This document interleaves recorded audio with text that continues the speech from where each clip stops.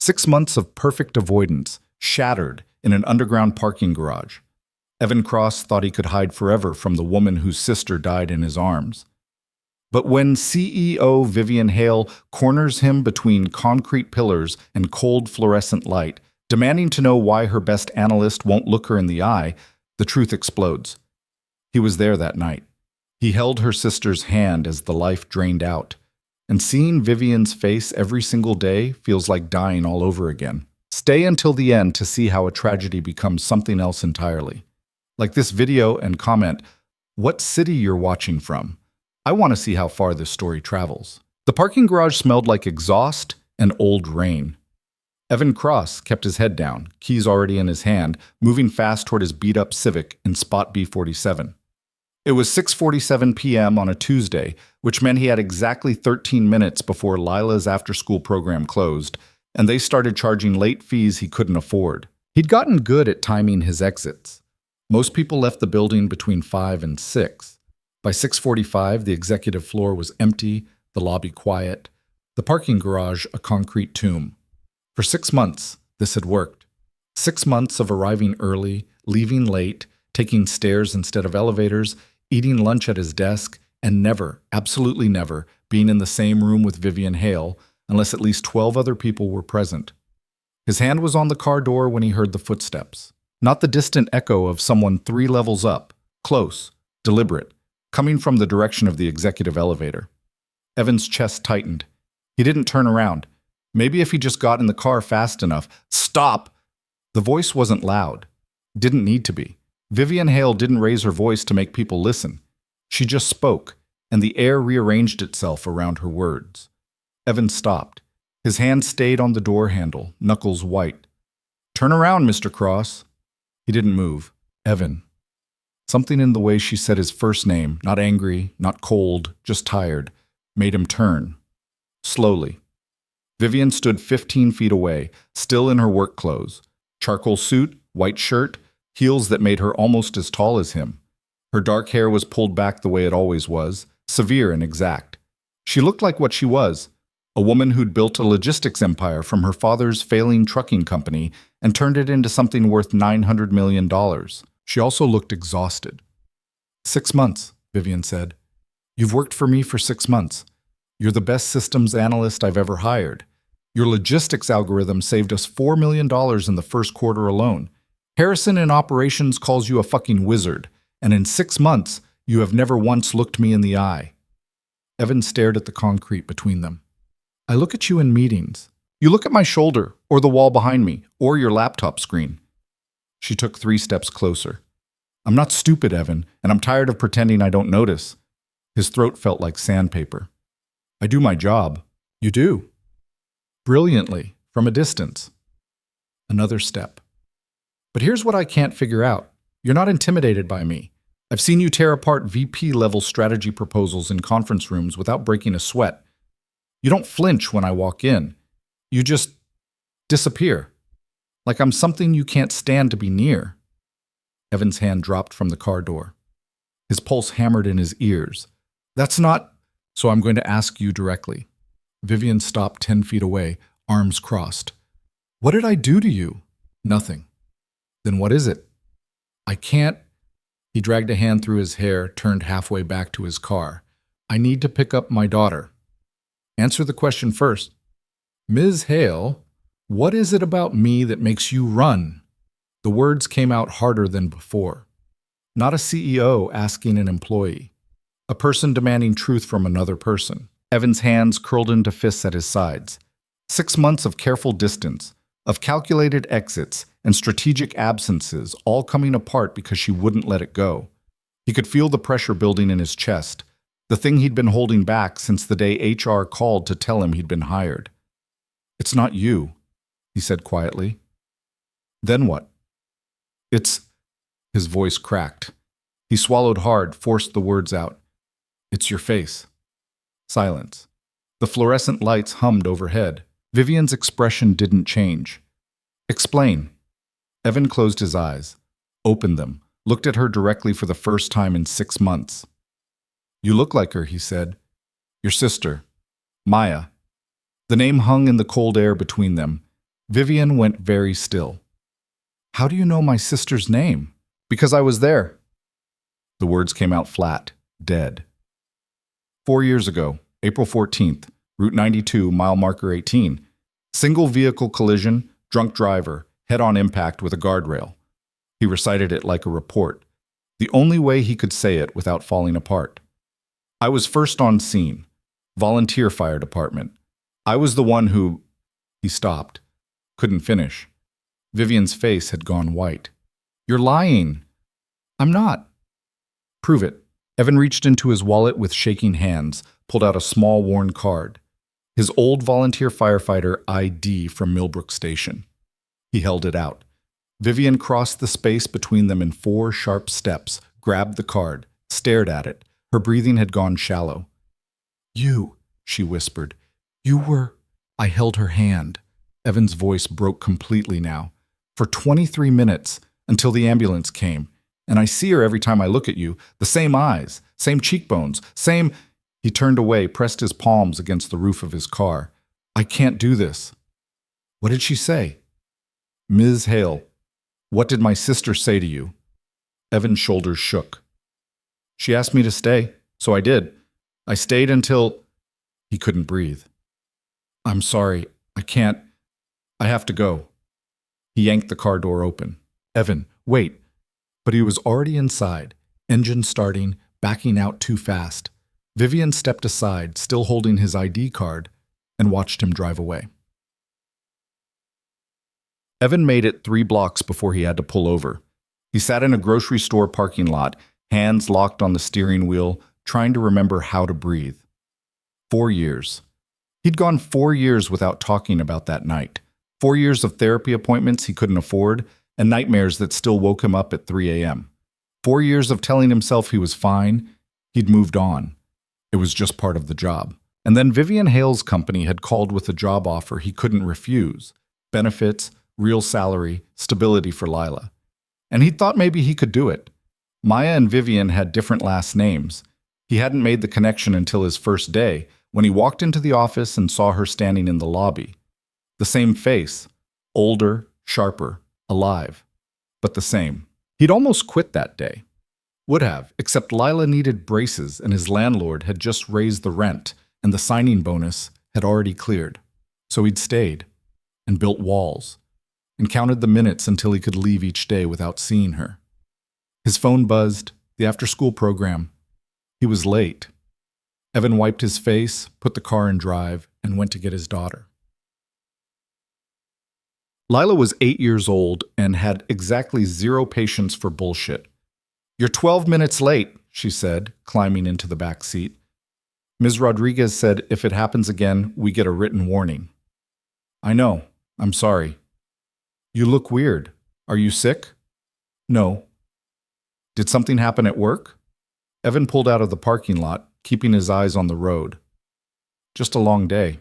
Lila studied him in the rear view mirror with the kind of intensity that always made him nervous.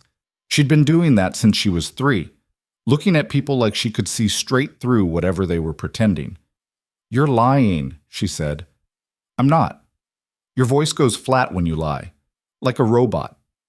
Eat your snack. She pulled a package of crackers from her backpack but didn't stop watching him.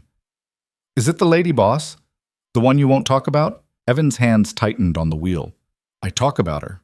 No, you say my boss or the CEO, but you never say her name. And you get tense when I ask about work. Lila bit into a cracker. Sarah's mom says women bosses are mean. Is yours mean? No.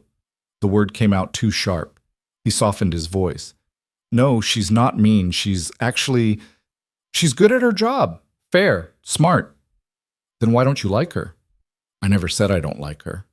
You don't have to. I can tell. Evan signaled, turned onto their street. Their apartment building was a faded yellow complex with a broken fountain out front. Not great, but safe, clean, affordable. That was all that mattered. He parked in their assigned spot, killed the engine, turned to look at Lila properly. Sometimes, he said carefully, people remind us of things that are hard to think about. That doesn't mean the person is bad. It just means it's complicated. Lila frowned. Does she remind you of Mom? No. That one was easy, at least. Lila's mother had walked out when she was 6 months old. Evan barely remembered her face. Nothing like that. Then what? Someone else. From before you were born. Someone who died? Evan's breath caught. Why would you think that? Because you get the same look when you talk about Grandpa Jim, like something hurts but you can't say where. 8 years old. She was 8 years old and she saw everything. Evan unbuckled his seatbelt, turned to face her fully. Yeah, someone who died. I was trying to help them, and I couldn't, and my boss looks a lot like that person, so sometimes it's hard. Lila considered this. Is that why you leave work early and come home looking sad? I don't, Dad. He stopped, nodded. Yeah, that's why. That's dumb. Lila, it's not her fault she looks like someone else, and it's not your fault you couldn't help them. That's what you told me when I couldn't help Casey pass his math test and he had to repeat 3rd grade. Evan felt something crack in his chest. That's different. No, it's not. Lila gathered her backpack, opened the car door. You should just tell her. Then maybe it wouldn't be weird anymore. She climbed out and headed for the building entrance, ponytail swinging. Evan sat in the car for another minute, watching her go. You should just tell her. He'd just done that. And it had gone about as badly as he'd feared. His phone buzzed again. Email notification. He glanced at the screen, expecting a late-night request from operations or a system alert. It was from Vivian Hale. Subject, tomorrow. Message, my office, 8 a.m. We're not finished. Evan stared at the screen until it went dark. So, he didn't sleep. At 3 a.m., he gave up trying and went to the kitchen, made coffee, sat at their small table, and watched the streetlights through the window. The apartment was quiet, except for the hum of the refrigerator and Lila's soft breathing from the bedroom. He'd always been good in a crisis. That's what made him a decent first responder back in Millbrook. Keep moving. Follow protocol. Don't think, just act. But the aftermath, that's where he fell apart. When the sirens went quiet and the scene cleared and he had to go home and pretend he was fine, Maya Hale had been 26 years old, graduate student, coming home from a late library session. The drunk driver had crossed the center line doing 70 in a 45 zone, no headlights, no brake marks. By the time Evan arrived, first on scene, always first because he lived closest to that stretch of road, the other driver was already gone. Fled on foot. Left Maya trapped in a crushed vehicle with a steering column through her chest. She'd been conscious when Evan reached her. That was the part that still woke him up at night. She'd been conscious, talking, asking him if she was going to be okay. And he'd lied. Told her help was coming, told her to stay calm, told her everything would be fine. Held her hand and kept lying until her eyes went unfocused and her breathing stopped. They caught the driver 3 days later. DUI, vehicular manslaughter. He got 8 years, served 4. Evan had quit the volunteer department a month after the funeral. Moved to the city, started over. Built a new life where no one knew him as the guy who was there that night. And then Vivian Hale had hired him. The coffee had gone cold in his hands. Evan poured it down the sink, checked the time. 5:30 a.m. Close enough. He showered, dressed, left a note for Lila, drove to work in the dark. Vivian's office was on the top floor, corner suite with windows overlooking the city. Evan had been inside exactly twice. Once during his interview, once to deliver a quarterly report Harrison was too sick to present. Both times, he'd kept his eyes on the floor. This time, when her assistant waved him through at 8:02 a.m., Evan walked in and looked directly at her. Vivian sat behind her desk, hands folded on the polished surface. She'd traded yesterday's suit for a different one, navy instead of charcoal. But she wore the same expression. Unreadable. Sit, she said. Evan sat. For a long moment, neither of them spoke. Through the windows behind Vivian, the city stretched out in steel and glass, morning sun cutting through the haze. I didn't know who you were when I hired you, Vivian said finally. That's what you're thinking, isn't it? That I tracked you down, that this was some kind of test or punishment. Evan said nothing. I'm telling you I didn't. Your resume came through standard channels. HR flagged you because of your systems work at Corbin Freight. I approved the hire because you were qualified. She paused. I didn't make the connection until 3 weeks in. You mentioned Millbrook in a meeting, former volunteer firefighter, and I thought, her voice went flat. I thought maybe. Why didn't you say anything? Because I wasn't sure. And because Vivian looked away, out the window. Because if it was you, I didn't know what I'd do. If I'd scream at you or thank you or both. Evan's throat felt raw. You should have fired me. Why? Because this is... He gestured between them. This doesn't work. I can't focus when you're in the room. I can't breathe when I see you. Every day I come here, I see her dying all over again. Then why do you stay? The question landed like a punch. Evan stared at her. You're good at what you do, Vivian continued. You could work anywhere. Take your algorithm to any logistics company in the country and name your price. So why are you still here, Evan? He didn't have a good answer, or maybe he did and couldn't say it. I need the benefits, he said finally. My daughter needs... Bullshit. Vivian's voice cut through his excuse like a blade. Harrison told me you turned down a headhunter offer last month. 30% salary increase, full benefits, sign-on bonus. You didn't even call them back. Evan's jaw clenched. That's none of your business. You made it my business when you spent 6 months treating me like a ghost. I wasn't... Yes, you were. Vivian stood up, moved to the window. You think I didn't notice? You think I don't see the way you schedule meetings to avoid me? The way you take the stairs when I'm near the elevator? You've perfected the art of being professionally invisible, Evan. And I let you do it because I thought... She stopped. I thought maybe you needed space. Time. But it's been 6 months and you're still running. I'm not running. Then look at me and tell me what my sister said. The room went silent. Evan stood slowly, hands shaking. You don't want to know. I've wanted to know for 4 years. Vivian turned to face him. The police report said she was conscious when you arrived, that you stayed with her, but it didn't say what happened, what she said. If she... Her voice cracked. If she was afraid. Evan felt his carefully constructed walls start to crumble. Ms. Hale, tell me. The words exploded out of him before he could stop them. She asked if she was going to die, and I told her no. I told her to hold on, that help was coming, that she'd be okay. I lied to her face because that's what you're supposed to do. You're supposed to keep them calm, keep them fighting. But I could see... His voice broke. I could see the steering column, the blood.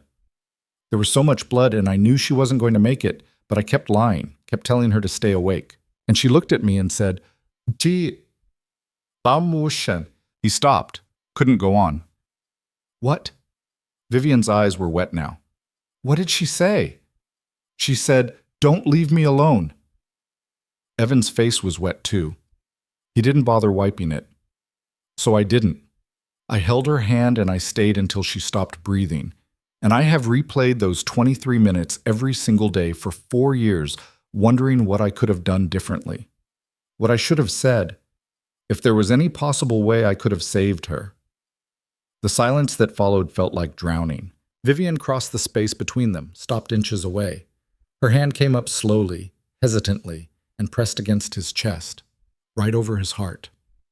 She wasn't alone, Vivian whispered. That's what you did. You stayed, and that's... Her voice shattered completely. That's all I wanted to know, that she wasn't alone. Evan stood frozen, barely breathing, as Vivian Hale, CEO, strategist, woman who'd built an empire, broke down in front of him. And for the first time in 6 months, he stopped running. They didn't go back to work that day. Vivian canceled her morning meetings. Evan sent a message to Harrison saying he was handling something urgent. They sat in her office, in the chairs by the window, and talked. Really talked. Not CEO and analyst. Not strangers avoiding each other. Just two people who'd both lost someone on the same night. Vivian told him about Maya, the little sister who'd been brilliant and reckless and kind, who'd chosen graduate school over law school because she wanted to teach, not make money. Who'd called Vivian every Sunday without fail, even when they fought. Who'd been driving home that night because Vivian had asked her to pick up files from their father's old office, files that could have waited until morning. Evan told her about the guilt, the nightmares, The panic attacks that hit him in grocery stores when he smelled antiseptic or heard sirens. The way he'd quit the fire department because he couldn't trust himself anymore. Couldn't separate protocol from trauma. I thought seeing you every day would kill me, he admitted. But I also thought maybe I deserved it. Like penance? That's stupid, Vivian said. So my daughter tells me. That surprised a small, broken laugh out of her. You have a daughter? Lila. She's 8. Way too smart for her own good. Evan pulled out his phone, showed Vivian a picture. Lila grinning at the camera, gap-toothed and fearless. She looks like you. Poor kid. I meant the smart eyes. Vivian studied the photo. Does she know about Maya? Not the details, just that I used to be a first responder and saw some hard things. Evan pocketed his phone. I don't want her growing up thinking the world is that dark. But it is.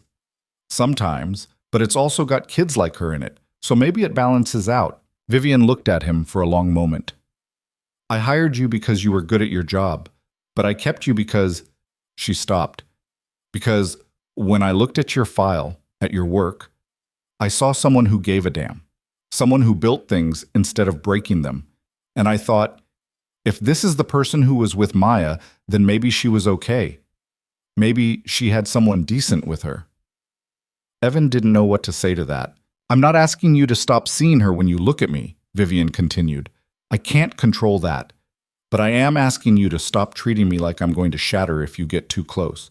I spent 4 years wondering if my sister died afraid and alone. Now I know she didn't.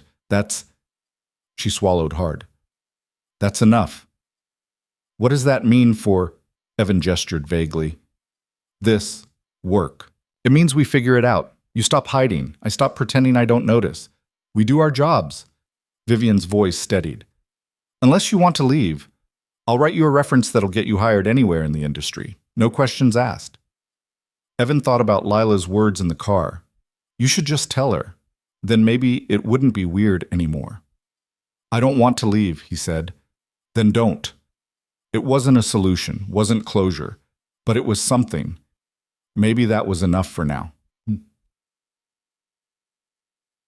When Evan finally left Vivian's office at noon, he felt hollowed out and strangely lighter, like he'd been carrying a weight he'd forgotten was there until someone helped him set it down.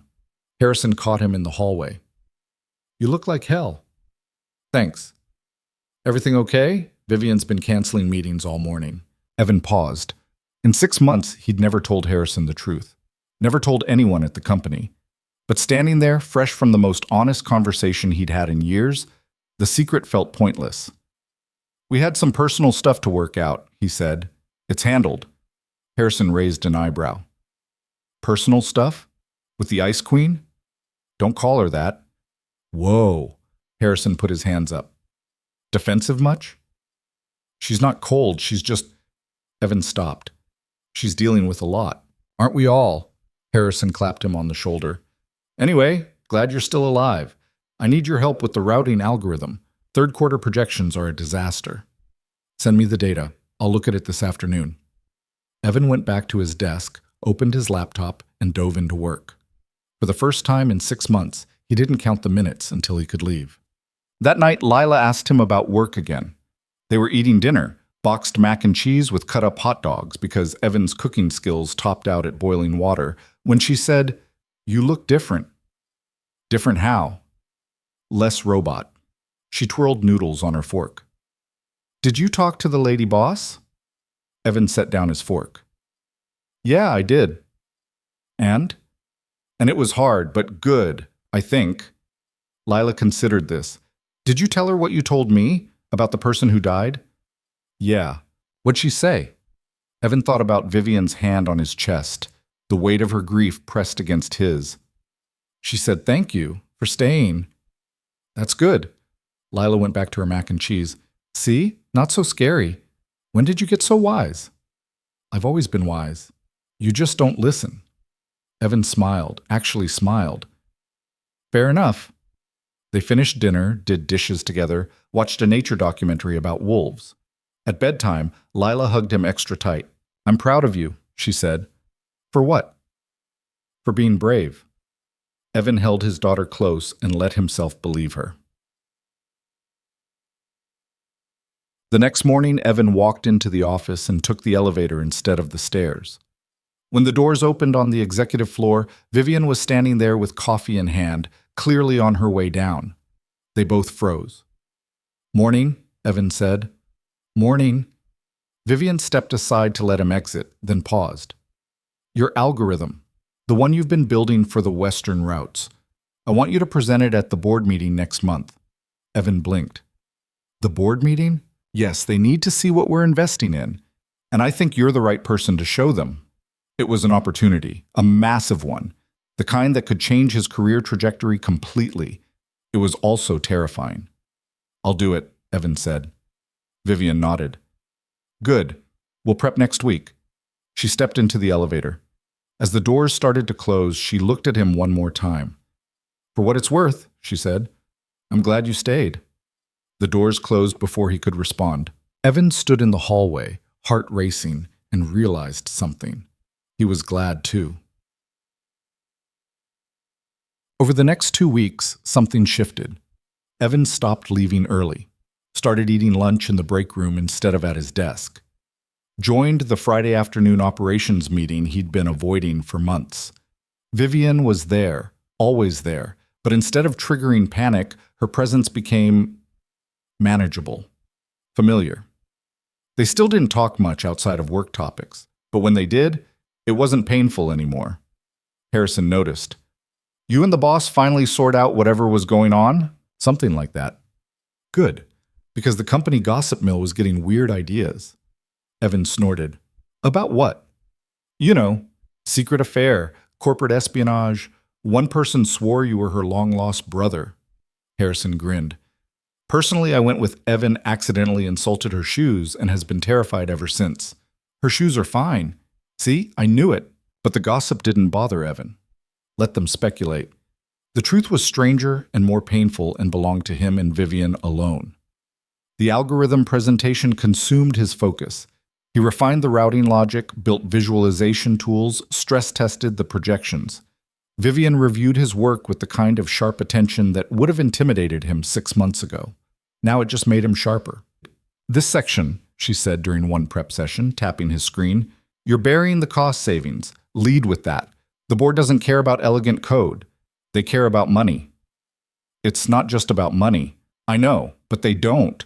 So show them the money first, then the innovation." Evan reworked the slides. She was right. She was usually right. "You're good at this," he said without thinking. Vivian looked up. "At what?" "Seeing what matters, cutting through the noise." She studied him for a moment.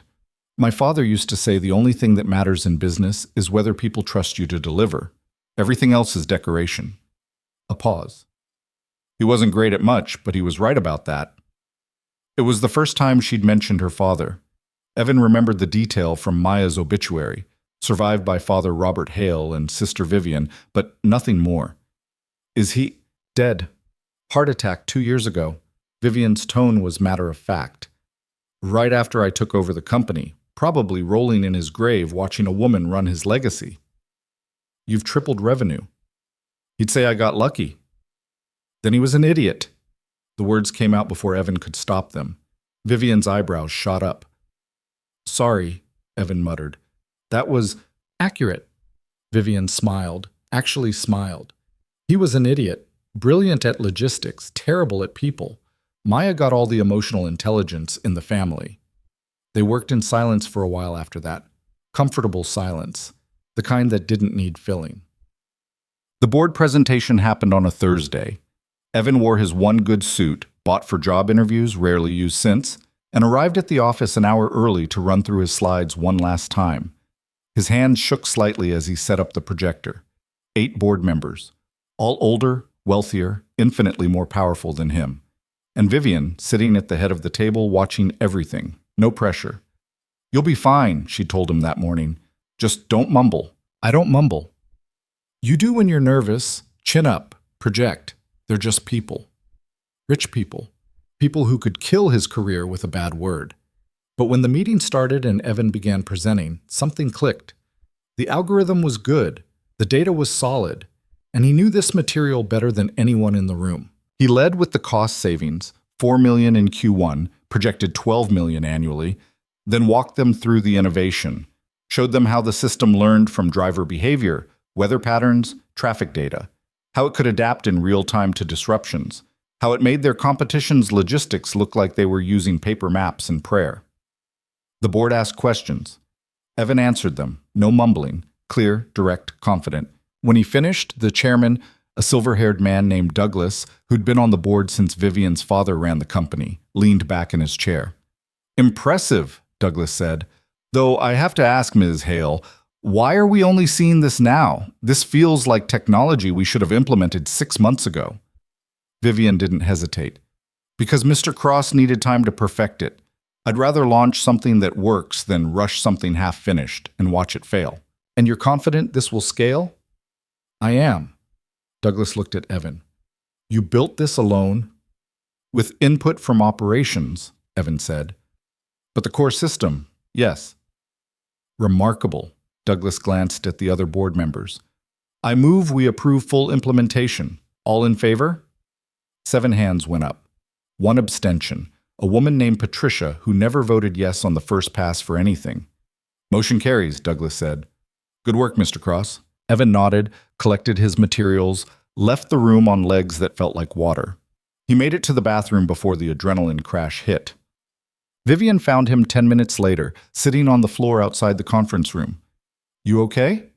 "Yeah, just needed a minute." She sat down next to him, on the floor, in a designer suit, like it was the most normal thing in the world. "You killed it in there," she said. "I was terrified." "Couldn't tell." They sat in silence. Down the hall, the board members filtered out, talking amongst themselves. "Thank you," Evan said quietly, "for giving me this shot." "You earned it." "Still, you didn't have to put me in front of them." Vivian turned to look at him. "Yes, I did. Because you're brilliant and you were wasting it hiding behind Harrison's shadow. And because," she paused, "because I think Maya would have liked you. She always said the best people were the ones who gave a damn, even when it cost them something." Evan's throat tightened. "You don't know that." "No, but I'm choosing to believe it anyway." They sat there a while longer, 2 people who'd found their way out of the dark by accident, side by side in a corporate hallway. It wasn't perfect, it wasn't closure, but it was something. And for now, that was enough. The implementation rollout started the following Monday, and with it came a workload that made Evan's previous 60-hour weeks look like vacation. He was at his desk by 7 most mornings, building out the driver interface while operations hammered him with questions. The system had to integrate with existing dispatch software, communicate with GPS units in 200 trucks, and do it all without disrupting daily operations. One mistake could cost the company millions and strand shipments across 3 states. "How's it going?" Harrison dropped into the chair next to Evan's desk, holding 2 cups of coffee. He slid one across. "Ask me when I've slept." "That bad?" "I've got drivers in Sacramento threatening to quit because they think the algorithm is spying on them.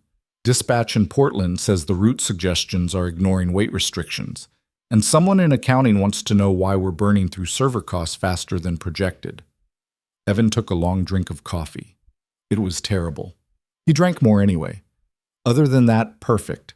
Harrison winced. "Need help?" "Unless you can explain to a 50-year-old trucker why an algorithm knows his route better than he does. Not really." "I'll pass."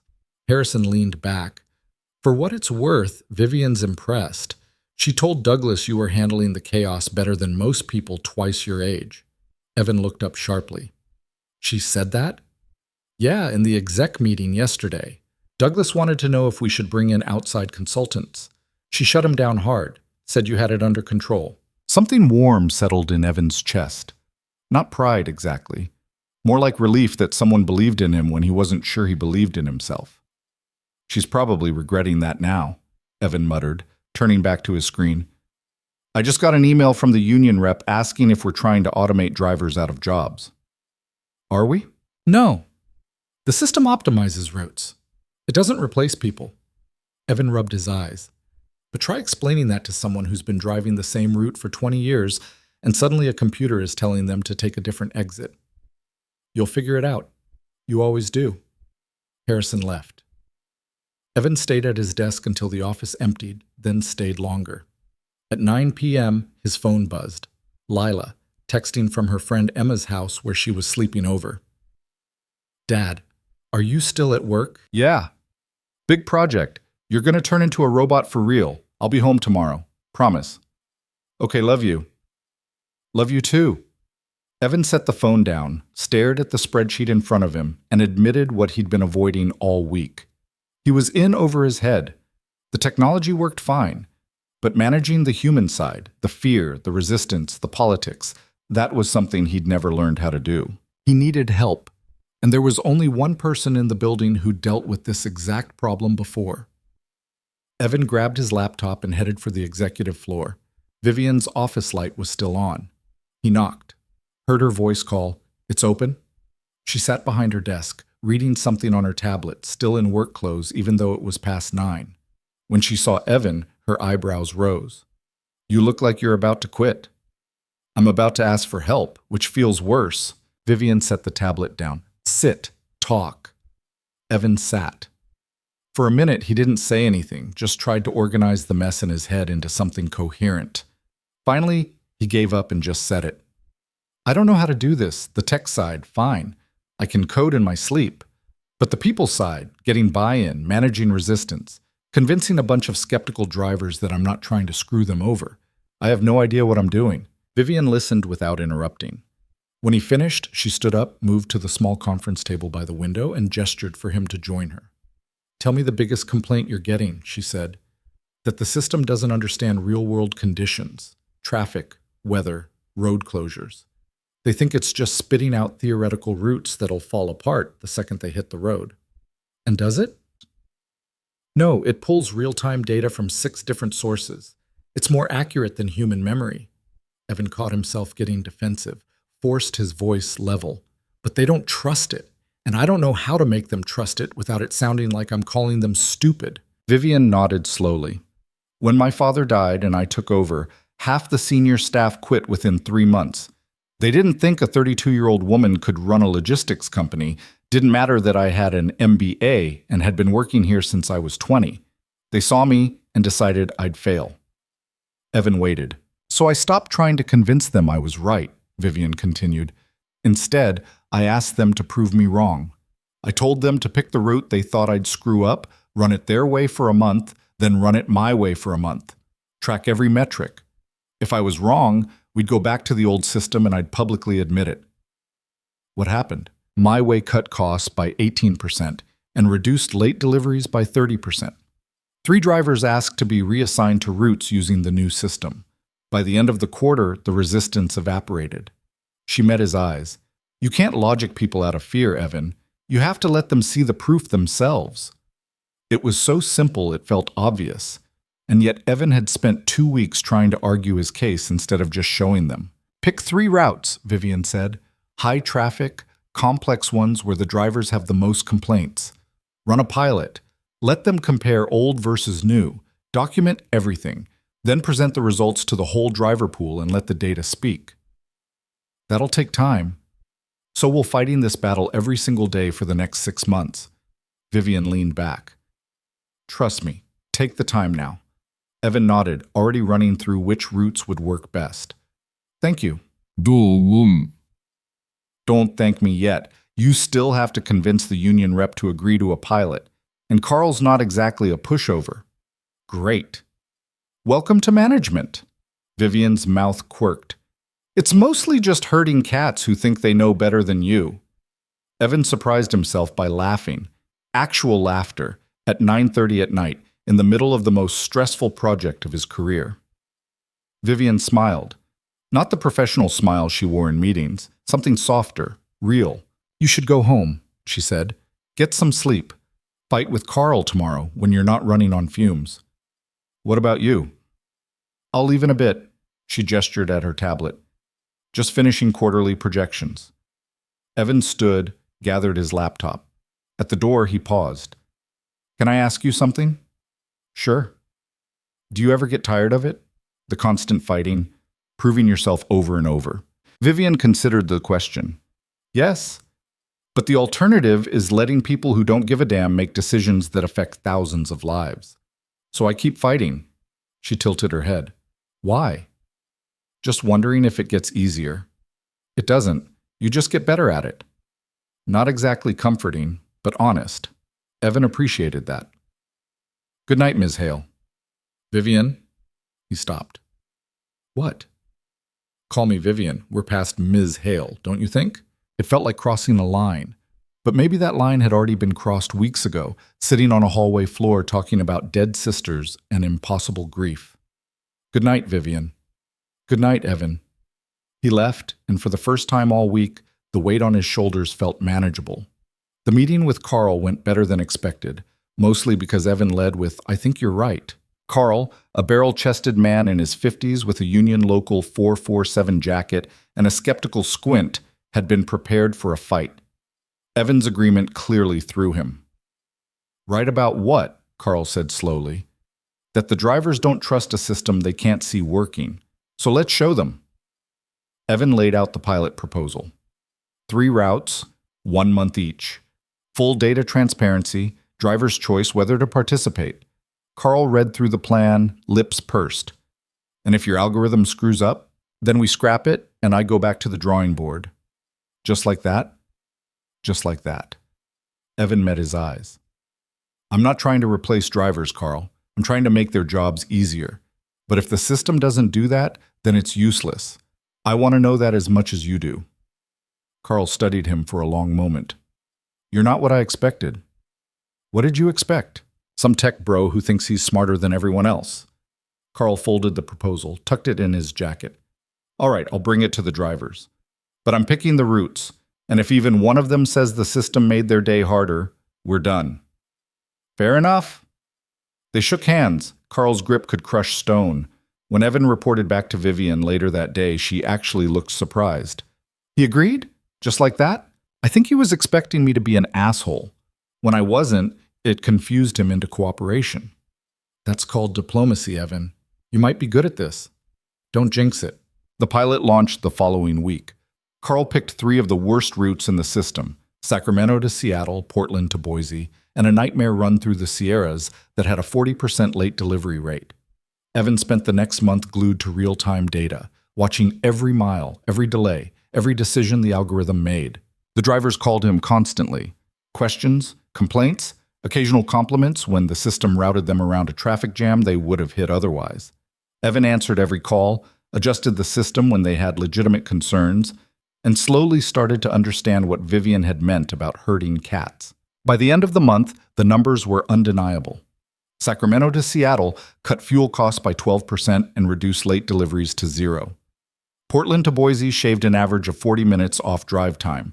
The Sierra run, the one everyone said couldn't be fixed, hit 95% on-time delivery. Carl presented the results to the full driver pool himself. No editorializing, just raw data and 3 drivers talking about their experience. I didn't think it would work, said Martinez, who'd driven the Sacramento route. But it did. Saved me 3 hours of sitting in traffic last week alone. The room was quiet. Then someone raised their hand. When can the rest of us get it? Evan felt something in his chest unlock. Relief. Vindication. Proof that he hadn't been crazy to believe this could work. After the meeting, Carl pulled him aside. Good work, kid. You kept your word. That matters. Thank you. Don't let it go to your head. You've still got 200 more routes to roll out. One problem at a time. Carl clapped him on the shoulder hard enough to bruise. You'll do all right. That night, Evan took Lila out for pizza to celebrate. Real pizza, from the good place downtown, not frozen from the grocery store. You seem happy, Leela said, stealing a pepperoni from his slice. I am. Work's going well? Is the lady boss still scary? Evan paused mid-bite. She's not scary. She's just intense. That's the same thing. No, it's not. Scary means you're afraid of someone. Intense means they care a lot about doing things right. Lila considered this. Do you like her? As a boss? Yeah, she's good at what she does. I meant as a person. Evan set down his pizza. Why are you asking? Because you talk about her different now, like she's a real person instead of just my boss. Lila tilted her head. And you smile when you say her name. I do not. You just did. Evan opened his mouth to argue, realized she was right, and closed it again. When had that happened? When had Vivian stopped being the woman he couldn't look at and started being someone whose opinion he valued? Someone he respected? Someone he cut the thought off. This was dangerous territory. She's been helpful with the project, he said carefully. That's all. Okay. Lila went back to her pizza, but Evan could see the smile she was hiding. The full system rollout took another 6 weeks. By the end of October, every route in the company was running on Evan's algorithm. Driver complaints had dropped by 70%, and the third quarter earnings report showed the biggest profit margin in company history. Douglas called Evan directly to congratulate him. Vivian said you were worth the investment. She wasn't wrong. Thank you, sir. Have you thought about what's next? A system like this has applications beyond our company. We could license it, build a whole new revenue stream. Evan hadn't thought about that. He'd been so focused on making the current system work that he hadn't considered what came after. I'll put together some ideas, he said. Do that. And Evan, keep up the good work. We need more people like you around here. When the call ended, Evan sat at his desk feeling something he hadn't felt in years. Momentum. Like his life was finally moving forward instead of just treading water. His phone buzzed. Text from Vivian. Drinks tonight, celebrate the win. My treat. Evan stared at the message. It was professional. Collegial. The kind of thing bosses did with employees who delivered major projects. It was also just the two of them. No Harrison, no operations team, no buffer. Sure. Where? Morton's. 7 p.m. Morton's. The steakhouse downtown where entrees cost more than Evan's weekly grocery budget. He didn't own clothes nice enough for Morton's. Sounds good. He'd figure it out. The restaurant was exactly as expensive as Evan had feared. Dark wood, low lighting, waiters in suits who looked at him like they could smell the Target clearance rack on his one decent button-down shirt. Vivian was already there, sitting at a corner booth, still in work clothes but with her hair down for once. It changed her whole face, made her look younger, less untouchable. You're early, she said as he slid into the booth. Lila's at a friend's house. I had time. A waiter appeared, offered menus the size of newspapers. Evan opened his, saw the prices, and nearly choked. Order whatever you want, Vivian said, watching his reaction. Company card. You sure? You just saved us $12 million a year. I think we can afford a steak. Evan ordered something mid-range. Vivian ordered wine that probably cost more than his entree. When the waiter left, silence settled over the table. So, Vivian said, how does it feel? What? Success. You built something that worked, that matters. Not everyone gets to do that. Evan turned his water glass in slow circles. It feels good, scary. Like now I have to figure out what comes next. Douglas mentioned licensing. Yeah.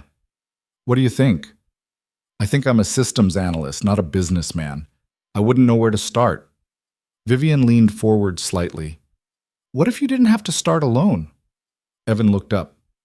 What do you mean? I mean, we could build this into something bigger. Not just optimize our routes, but create a platform other companies could use. You handle the tech, I handle the business side. 50-50 partnership. The offer hung in the air between them, huge and terrifying and completely unexpected. You're serious, Evan said, completely. You're brilliant at what you do, Evan, but you're wasting that brilliance making incremental improvements to one company's logistics. Imagine what you could do with real resources, real scope. I have a daughter. I can't take risks like that. It's not a risk if it's backed by existing revenue. We'd keep your current salary, add profit sharing on top. You'd have more stability, not less. Evan's head spun. A week ago, he'd been drowning in implementation details. Now Vivian was offering him a partnership, equity, a future he hadn't imagined possible. Why me? He asked. Because you give a damn. Because you listen to the people doing the actual work instead of assuming you know better. Because... Vivian stopped, seemed to reconsider her words. Because I trust you. And trust is rare. Their food arrived. They ate in silence for a while, Evan turning the offer over in his mind. It made sense, strategically. The algorithm was proven, the market existed. But working that closely with Vivian, building something together, that felt like stepping off a cliff without knowing what was at the bottom. Can I think about it? He asked. Take all the time you need.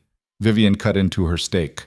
But for tonight, let's just enjoy the win. No business talk. Deal? Deal. They talked about other things.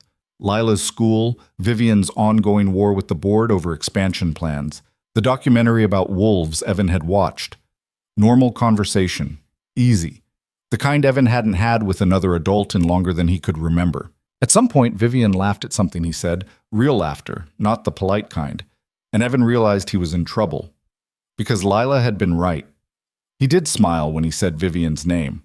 And he was smiling now, sitting across from a woman who 3 months ago he couldn't stand to be near, feeling something shift inside him that had nothing to do with business partnerships or algorithms. He was starting to care. About her. As a person, not just a boss or a connection to a tragedy. That was dangerous. You got quiet, Vivian said. Just thinking. About the partnership? About a lot of things. She studied him across the table. You do that. Think too much. Occupational hazard. Sometimes you have to trust your gut. My gut's gotten me in trouble before. So has overthinking. Vivian finished her wine. But I'm not going to push. You'll decide when you decide. The check came. Vivian paid without looking at the total. They walked out into the cool October night, the city lit up around them. Thank you, Evan said. For dinner and the offer. I mean it. You earned both. Vivian pulled her coat tighter. Can I ask you something personal? Sure. Are you happy? Not with work, with life, with where you are. The question caught him off guard. Evan thought about his small apartment, his limited budget, the constant juggling of Lila's needs and his own exhaustion. But he also thought about Lila's laugh, the pride in her voice when she said she was proud of him, the way his life had slowly started to feel less like survival and more like living. I'm getting there, he said honestly. Good, Vivian smiled. You deserve to be. They stood there a moment longer, breath fogging in the cold air, before Vivian raised her hand for a cab. Good night, Evan. Good night. He watched her drive away, then walked to his own car, mind churning. Partnership, trust, possibility, and underneath it all, the terrifying realization that he was starting to let someone in again, that he was starting to let Vivian matter. The letter arrived on a Thursday morning in mid-November, delivered by certified mail to Evan's apartment. He signed for it without thinking, assumed it was something about Lila's school or maybe a notice from the landlord about the heating system that never worked right. He opened it, standing in the kitchen, coffee going cold on the counter. The letterhead read, Mitchell and Warren, attorneys at law. Evan's stomach dropped before he even read the first line. Notice of civil claim. Derek Paul Hutchinson, plaintiff versus Evan Michael Cross, defendant regarding negligence and wrongful death. The words blurred. Evan had to read them 3 times before they made sense, and even then his brain refused to process what he was seeing.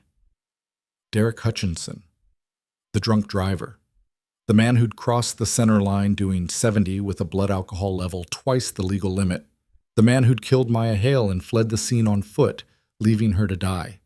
He was suing Evan for negligence. The claim alleged that Evan, as a first responder on scene, had failed to provide adequate medical care, that he'd moved Maya when he shouldn't have, administered aid incorrectly, and that his actions, not the collision itself, had caused her death. It demanded compensation for emotional distress, reputational damage, and legal fees from the criminal case. Evan read it twice more, hands shaking so hard the paper rattled. This couldn't be real.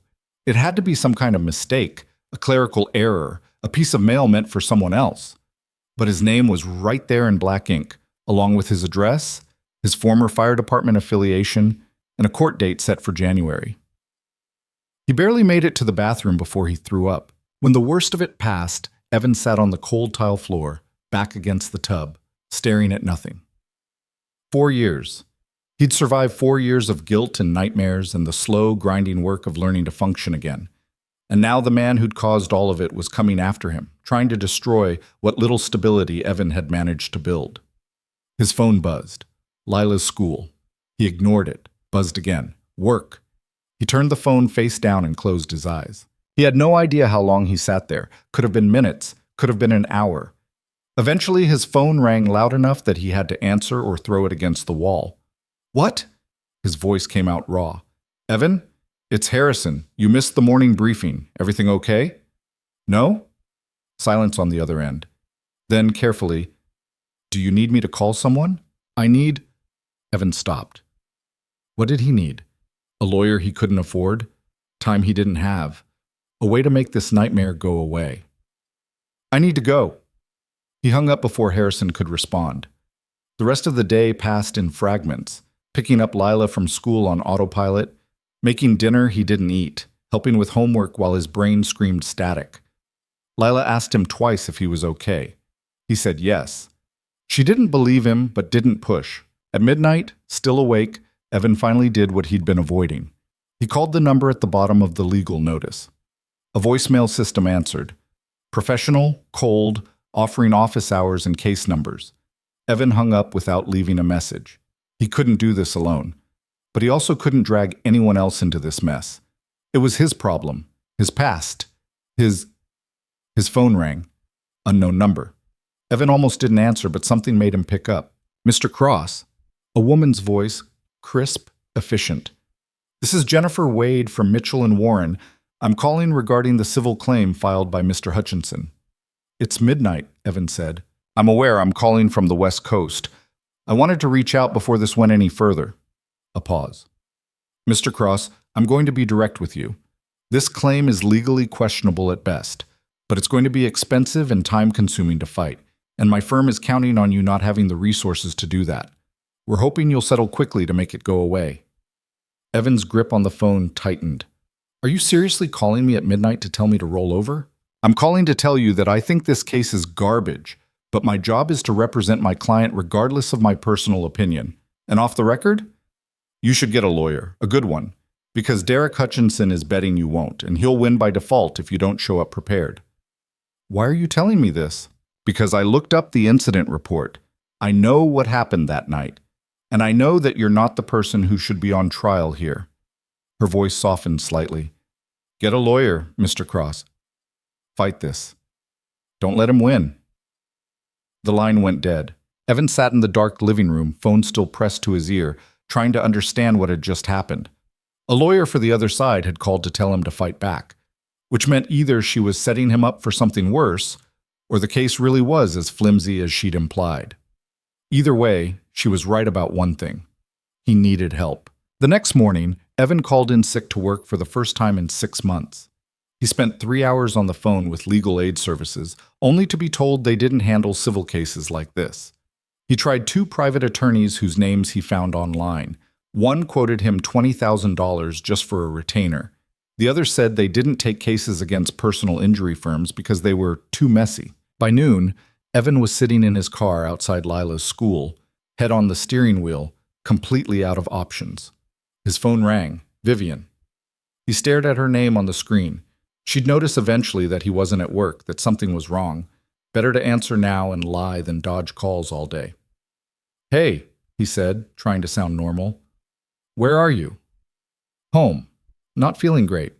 You sound like hell. Thanks. Evan? Vivian's voice shifted. Not boss mode, something gentler. What's going on? Nothing, just a bug. I'll be back Monday. Don't lie to me. You've worked through 2 colds and a stomach flu since I've known you. You don't call in sick for nothing. Evan closed his eyes. He could hang up, make an excuse, keep this contained the way he'd kept everything else contained for the past 4 years. Or he could tell the truth and let someone help him. The decision made itself. I'm being sued, he said quietly, by the drunk driver, from the accident. The silence on the other end lasted so long, Evan thought the call had dropped. Where are you? Vivian asked finally. My car. Outside Lila's school. Stay there. I'm coming to you. You don't have to. Evan, stay there. She hung up. Vivian arrived 20 minutes later in a black sedan that probably cost more than Evan made in a year. She climbed into his passenger seat without asking, took one look at him, and said, Show me the letter. He handed it over, watched her read it, watched her face go from confused to furious in the span of 30 seconds. This is insane, she said. Yeah. He's claiming you caused her death? When he's the one who was driving drunk? Vivian's voice was sharp enough to cut glass. This is This is grotesque. His lawyer called me last night, told me to get a lawyer and fight it. His own lawyer? She said off the record she thinks the case is garbage, but that it'll be expensive to defend and they're counting on me not being able to afford it. Vivian read the letter again, slower this time. When she looked up, her expression was steel. How much do you have saved? That's not your... Evan, how much? About 3,000. Maybe. He swallowed. I've been trying to build up an emergency fund, but Lila needed new glasses and the car needed work, and 3,000 won't even cover initial filings. Vivian folded the letter carefully, handed it back. I'm getting you a lawyer. No? Yes. Vivian, I can't let you. You're not letting me do anything. I'm doing it because it's the right thing to do. Her voice was firm, final. That man killed my sister, and now he's trying to destroy the person who stayed with her when she was dying. I'm not letting that happen. Evan felt something crack in his chest. This isn't your fight. Like hell it isn't. Vivian pulled out her phone, started scrolling. I know someone. Best defense attorney in the state. He owes me a favor from when I helped him with a corporate case 3 years ago. I'm calling him now. Vivian. She was already dialing. The conversation lasted 5 minutes. Vivian explained the situation in clipped, efficient sentences, sent a photo of the legal notice, and nodded several times. When she hung up, she turned to Evan. His name is Marcus Chen. He'll take the case, pro bono, as a favor to me. You meet with him Monday morning at 9. Evan couldn't speak. His throat had closed completely. Thank you, he managed finally. Don't thank me yet. We still have to fight this thing. Vivian's expression softened slightly. But you're not doing it alone. Understand? Evan nodded, didn't trust himself to say anything else. They sat in silence for a while, watching parents pick up their kids from school. Lila would be out soon. Evan needed to pull himself together before she saw him like this. Can I ask you something? Vivian said quietly. Sure. Why didn't you call me first when you got the letter? Evan stared out the windshield. Because this is my problem, my past. I didn't want to drag you into it. You didn't drag me into anything. I'm already in it. I've been in it since the night Maya died. She turned to face him. You don't have to carry everything alone, Evan. That's not strength. That's just stubbornness. Feels like the same thing sometimes. It's not. Lila emerged from the school building, backpack bouncing, talking to a friend. She spotted Evan's car and waved. Then she saw Vivian in the passenger seat and her eyes went wide. Is that her? Lila mouthed through the window. The lady boss? Evan nodded. Lila grinned, gave him an exaggerated thumbs up, and skipped over. When she opened the back door and saw Vivian up close for the first time, she froze. Oh, hi. Hi, Vivian said. You must be Lila. I'm Vivian. I know, my dad talks about you. Lila climbed in, buckled up, eyes never leaving Vivian. Are you guys dating? Evan choked. Lila, what? I'm just asking. We work together, Vivian said smoothly, but there was amusement in her voice. Your dad's very good at his job. He's good at a lot of things, except cooking. He's terrible at cooking. Lila. What? It's true. She leaned forward between the seats. Do you like kids? I don't know many, Vivian admitted, but the ones I've met have been interesting. That's a weird answer. Lila, that's enough. But Vivian laughed. Actually laughed. She's right. It was a weird answer. She looked at Lila. Yes, I like kids, especially ones who ask direct questions. Good, because my dad needs more people in his life who aren't boring. Lila sat back, satisfied. Can we get ice cream? It's November, Evan said. So, ice cream doesn't have a season. Vivian glanced at Evan. She makes a compelling argument. You're not helping. Fine, ice cream, but just this once. They ended up at a place near the apartment, sitting in a booth while Lila demolished a sundae the size of her head. Vivian ordered coffee. Evan ordered nothing, still too nauseous to think about food. Lila talked non-stop, asking Vivian questions about work and the city and whether she'd ever been on a boat. Vivian answered each one patiently, and somewhere in the middle of the conversation, Evan realized this was the first time in years he'd seen someone outside of school interact with his daughter, like she was a real person, not just a kid to be tolerated. Your dad says you're smart, Vivian said at one point. I am. I'm in the advanced reading group. What are you reading? The Giver. It's about a world where everything's controlled and no one has choices. It's kind of depressing, but also really good. Sounds familiar, Vivian said dryly. Lila grinned. Do you like your job? Most days. What about the other days? I remind myself why I'm doing it. Why are you doing it? Vivian paused, considering the question seriously. Because someone has to, and I'm good at it, and because the people who work for me deserve someone who won't screw them over for profit. Lila nodded, like this made perfect sense. My dad says you're the smartest person he's ever worked for. Evan's face went hot. I did not say that. You said she's sharp and doesn't miss anything. That's the same thing. Vivian's mouth quirked. Did he? Can we talk about literally anything else? Evan muttered. Nope. Lila scraped the last of her ice cream from the bowl. I like her. Can she come over for dinner sometime? Lila, I'd like that, Vivian said. Evan looked at her sharply. She met his eyes, steady and certain. If your dad's okay with it, she added. Lila turned to Evan with an expression of pure hope. Please? He was being ambushed by his 8-year-old daughter and his boss. In an ice cream shop on a Thursday afternoon while his life was falling apart. Sure, he heard himself say. Sometime. Lila cheered. Vivian smiled. And Evan wondered when exactly he'd lost control of his entire existence. Marcus Chen's office was downtown in a glass tower that made Evan feel immediately out of place. The lobby had marble floors and art that probably cost more than his car. The receptionist offered him coffee in a real mug, not a paper cup.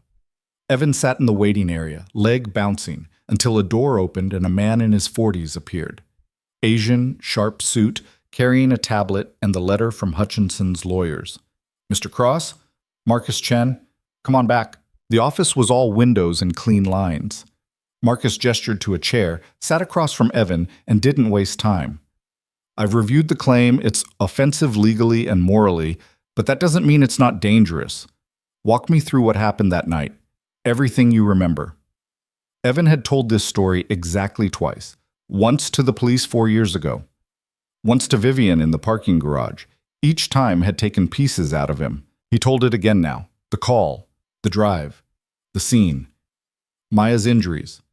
What he did and didn't do. What she said. How long he stayed.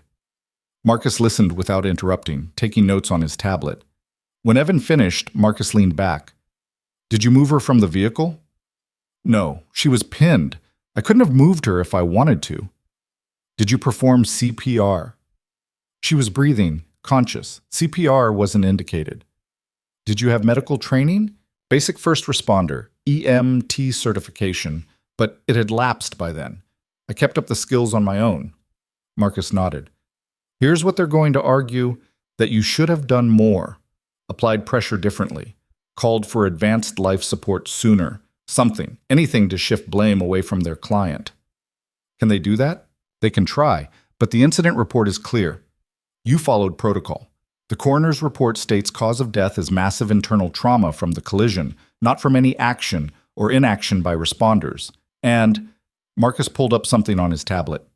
Derek Hutchinson's own testimony from the criminal trial states that he fled the scene immediately, which means he has no direct knowledge of what you did or didn't do. He's making this up based on conjecture.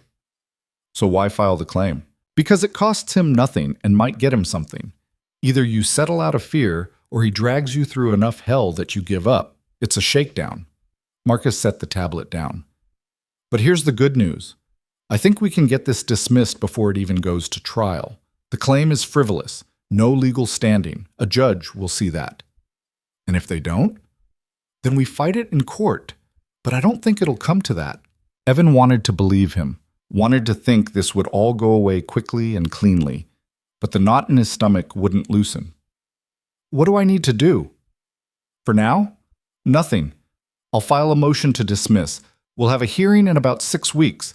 You'll need to be there, but I'll handle the heavy lifting. Marcus stood, extended his hand. Try not to worry. I know that's easier said than done, but you've got a strong case. We'll get through this. Evan shook his hand, thanked him, and left. He made it to his car before the shaking started. 6 weeks. 6 weeks of waiting while his past tried to tear apart his present. 6 weeks of wondering if this would cost him his job, his credibility, his ability to provide for Lila. He texted Vivian. Met with Marcus.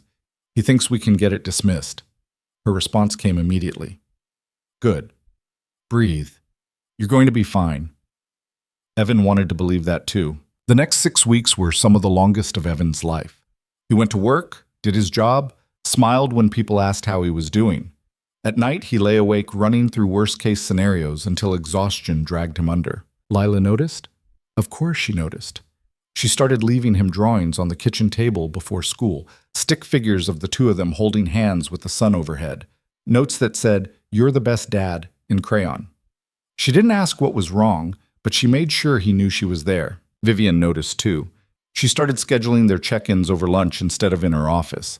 Casual conversations about work that always ended with her asking if he was okay.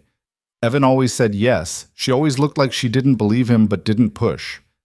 3 weeks before the hearing, Harrison cornered him in the break room. All right, what's going on? Nothing. You've been weird for weeks. Jumpy. Distracted. You nearly bit my head off yesterday when I asked about the Portland routes. I apologized for that. I know, which is why I know something's wrong. Harrison crossed his arms. Come on. We've worked together for 8 months. You can tell me. Evan stared into his coffee. Legal stuff from before I worked here. It's complicated. Can I help? Not unless you're secretly a lawyer. Damn. I'm just a glorified spreadsheet monkey. Harrison's expression softened. But seriously, if you need anything, time off, someone to cover meetings, whatever, just ask. Thanks. And Evan, whatever it is, you'll get through it. You're tougher than you think. Evan wished that were true. 2 weeks before the hearing, Vivian showed up at his apartment unannounced on a Saturday morning. She was carrying a bag of bagels and 2 coffees. Lila opened the door, still in pajamas, and her face lit up. Vivian! Dad! Vivian's here! Evan appeared from the kitchen, dish rag in hand, completely unprepared. What are you? I brought breakfast, and I thought Lila might want to go to the Science Museum today. If that's okay with you. Vivian looked at Lila. They have a new exhibit on space. Lots of hands-on stuff. Lila grabbed Evan's arm. Can we? Please?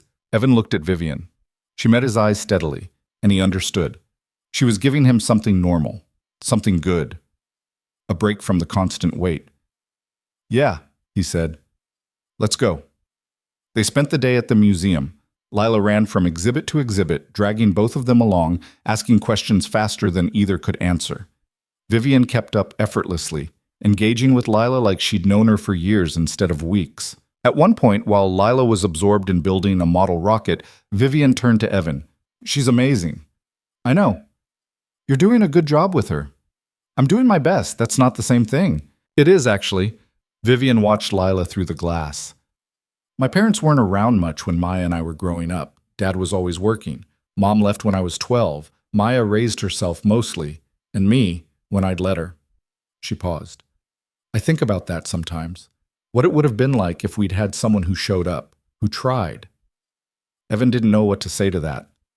You're a good father, Evan. Don't let whatever's happening make you forget that. Something in his chest loosened slightly. They got lunch in the museum cafe. Lila declared it the best day ever. On the drive home, she fell asleep in the back seat, head against the window. Thank you, Evan said quietly. For what? For today. For caring about her. Vivian glanced in the rear-view mirror at Lila's sleeping form. It's not hard. She's easy to care about. Still. They drove in comfortable silence until Vivian pulled up outside his apartment building. The hearing's in 2 weeks, Evan said. I know. Marcus says it'll probably be fine, but I keep thinking, what if it's not? What if this drags out? What if... Then we deal with it. Vivian's voice was firm. Whatever happens, you're not facing it alone. I meant that. Evan looked at her, really looked, saw the determination in her face, the steel underneath, saw someone who'd lost her sister and her father and still found the strength to keep building, keep fighting, keep showing up. Saw someone he trusted, maybe more than trusted. I don't know how to thank you, he said. You don't have to, just don't shut me out. She reached over, squeezed his hand briefly. Let me help, that's all I'm asking. Evan held on a moment longer than necessary before letting go. Okay, he said. I will. The week before the hearing, Lila got into a fight at school. Evan got the call during a meeting with operations. The vice principal's voice was carefully neutral, explaining that Lila had pushed another student during lunch and would need to be picked up immediately. When Evan asked if the other child was hurt, the vice principal said no, but that didn't change the fact that Lila had violated the school's zero-tolerance policy on physical aggression. Evan excused himself from the meeting, grabbed his keys, and drove to the school with his heart in his throat. Lila didn't push people. She used words, sometimes too many words, but never her hands. Something had to have happened. He found her sitting in the main office, arms crossed, jaw set in a way that reminded him uncomfortably of himself. Her eyes were red but dry. She'd been crying earlier but had stopped by the time he arrived. Hey, Evan said quietly, crouching in front of her chair. You okay? I'm fine. Want to tell me what happened? No. The vice principal, a tired-looking woman named Mrs. Patterson, gestured Evan into her office. Lila stayed in the waiting area, staring at the wall. Mr. Cross, I want to be clear that we take any physical altercation seriously, Mrs. Patterson said once they were seated. But I also want you to know the context. Another student made comments about Lila's family situation, specifically about her not having a mother. When Lila asked him to stop, he continued. She pushed him away from her table. Evan's hands curled into fists in his lap. What exactly did this kid say? According to witnesses, he said that single dads are too dumb to keep a wife, and that Lila's mother probably left because Lila was annoying. Mrs. Patterson's expression was careful. I've already spoken with the other student's parents. He's receiving consequences as well. But our policy requires a one-day suspension for physical contact, regardless of provocation. So she's being punished for defending herself. She's being held accountable for her choice to respond physically instead of seeking adult help. Evan wanted to argue, wanted to point out that expecting an 8-year-old to stay calm while being verbally attacked was unrealistic, but he also knew that fighting the school wouldn't help Lila. Fine, he said. One day. She'll serve it. I appreciate your understanding. For what it's worth, Mr. Cross, Lila's usually one of our best students. I don't think this represents a pattern, but given everything... Mrs. Patterson hesitated. Is everything all right at home? The question landed like a gut punch. Everything's fine. Because if there are stressors affecting her behavior, we have counselors available. We're fine, thank you. Evan stood before she could push further, collected Lila from the waiting area. They walked to the car in silence. Once they were both inside, doors closed, Evan turned to face her. You want to talk about it? Lila stared straight ahead. He's a jerk. Yeah, he is. But you can't push people, Lila. You know that. He wouldn't stop. I asked him 3 times to leave me alone, and he kept saying things about you, about us. Her voice cracked. He said you're probably a bad dad because Mom left. Evan felt something fracture in his chest. Lila, and I know that's not true. I know you're a good dad, but everyone was listening, and I wanted him to shut up. Tears were falling now, fast and angry. I'm sorry. I know I shouldn't have pushed him, but I'm not sorry I made him stop. Evan unbuckled his seatbelt, reached over, and pulled his daughter into an awkward hug across the center console. She buried her face in his shoulder and cried hard, the kind of crying that shook her whole body. You're allowed to be angry, Evan said quietly. When people say cruel things, you're allowed to feel however you feel. But we don't put our hands on people, even when they deserve it. You understand? Lila nodded against his shirt. And for the record, you're not annoying. You're brilliant and stubborn and sometimes too smart for your own good, but you're not annoying, and anyone who says otherwise is an idiot. That got a wet laugh out of her. You're not supposed to call people idiots. I'm a grown-up. I can break my own rules. They stayed like that until Lila's breathing evened out. Then Evan drove them home, called work to say he wouldn't be back, and spent the rest of the afternoon watching nature documentaries with his daughter, curled up next to him on the couch. Around 6, someone knocked on the door. Evan opened it to find Vivian standing there with takeout bags and a determined expression. I heard about the school thing, she said.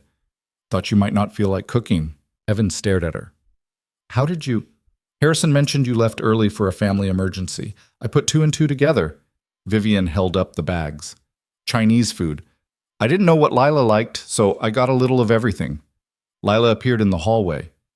You brought food? I did. Is that okay? Yeah, Dad can't cook anyway. Lila, Evan warned. What? It's true. Vivian smiled. Then I timed this perfectly. They ate at the small kitchen table, containers spread between them. Lila was quieter than usual, picking at her lo mein, but she perked up when Vivian asked about the Science Museum exhibit they'd seen. The rocket I built is still there, Lila said. They have this whole wall where you can leave your designs. Mine's the red one near the top. That's impressive, Vivian said. Did your dad help? No. He tried, but he put the fins on backwards. Evan pointed his fork at her. The instructions were unclear. They had pictures. Confusing pictures. Vivian laughed, and the sound filled the small apartment in a way that made Evan's chest ache. This felt too domestic, too real, like they were something they weren't. After dinner, Lila excused herself to her room to read. Evan started cleaning up, and Vivian helped without being asked. She's going to be okay, Vivian said quietly, rinsing a plate. Kids are resilient. I know, I just hate that she had to deal with that. Evan scrubbed at a container harder than necessary. The worst part is that kid wasn't wrong. Her mom did leave, and sometimes I do wonder if I'm screwing this up. You're not. You don't know that. Yes, I do. Vivian set the plate in the drying rack, turned to face him. I've seen you with her, Evan. I've seen how she looks at you. That kid loves you completely, and you show up for her every single day, even when things are hard, especially when things are hard. That's not screwing up. That's doing it right. Evan's throat tightened. It doesn't always feel like it. It never does, but that doesn't make it less true. They finished the dishes in silence. When the kitchen was clean, Vivian grabbed her coat. I should go. Let you two have your evening. Evan walked her to the door. Thank you, for the food, for showing up. You'd do the same for me. Would I? I think so, yeah. Vivian pulled on her coat. The hearing's in 4 days. Are you ready? No, but I'll show up anyway. That's all you can do. She paused, hand on the doorknob. I'm coming with you, to the hearing, if that's okay. Evan's first instinct was to say no, that she didn't need to waste her time, that he could handle it. But the truth was, he didn't want to face it alone, and Vivian was offering something he'd been too proud to ask for. Yeah, he said. That's okay. More than okay. Good, I'll meet you there at 8:30. She left, and Evan stood in the doorway long after her car disappeared down the street. The night before the hearing, Evan didn't sleep at all. He lay in bed staring at the ceiling, running through every possible outcome. Best case, the judge dismissed the claim immediately, and it was over. Worst case, he didn't want to think about worst case. At 5 a.m., he gave up on sleep and made coffee. Sat at the kitchen table reviewing the documents Marcus had sent over. Incident reports, witness statements, the coroner's findings. Everything painted a clear picture. Evan had done his job correctly. The claim was baseless, but knowing that didn't stop the fear. Lila found him at 6, already dressed for school, and climbed into the chair next to him. Big day? She asked. Yeah. Are you scared? Evan thought about lying, decided against it. A little. That's okay. Being scared doesn't mean you're weak. It means you care about what happens. He looked at his daughter, 8 years old and already wiser than him. Where'd you learn that? Miss Rodriguez. She says fear is just your brain trying to protect you, but you're stronger than your brain thinks. Miss Rodriguez sounds smart. She is. Lila leaned against his arm.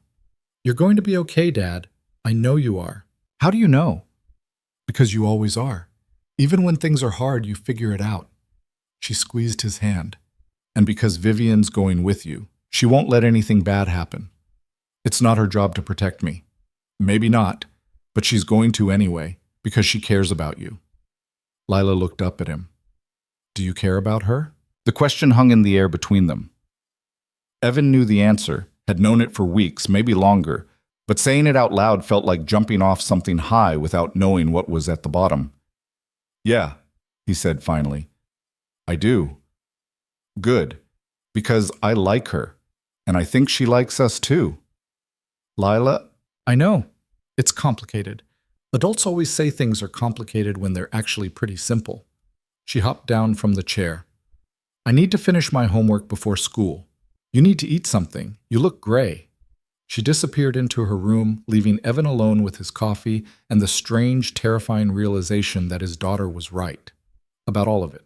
The courthouse was downtown, a concrete building that looked like it had been designed to intimidate. Evan arrived at 8:15 wearing the same suit he'd worn to the board presentation. Marcus was already there, talking on his phone, briefcase at his feet.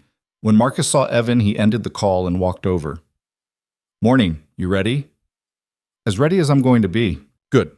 We're in courtroom 3. Judge Morrison. She's fair but no nonsense. She won't tolerate any theatrics from Hutchinson's team. Marcus glanced past Evan.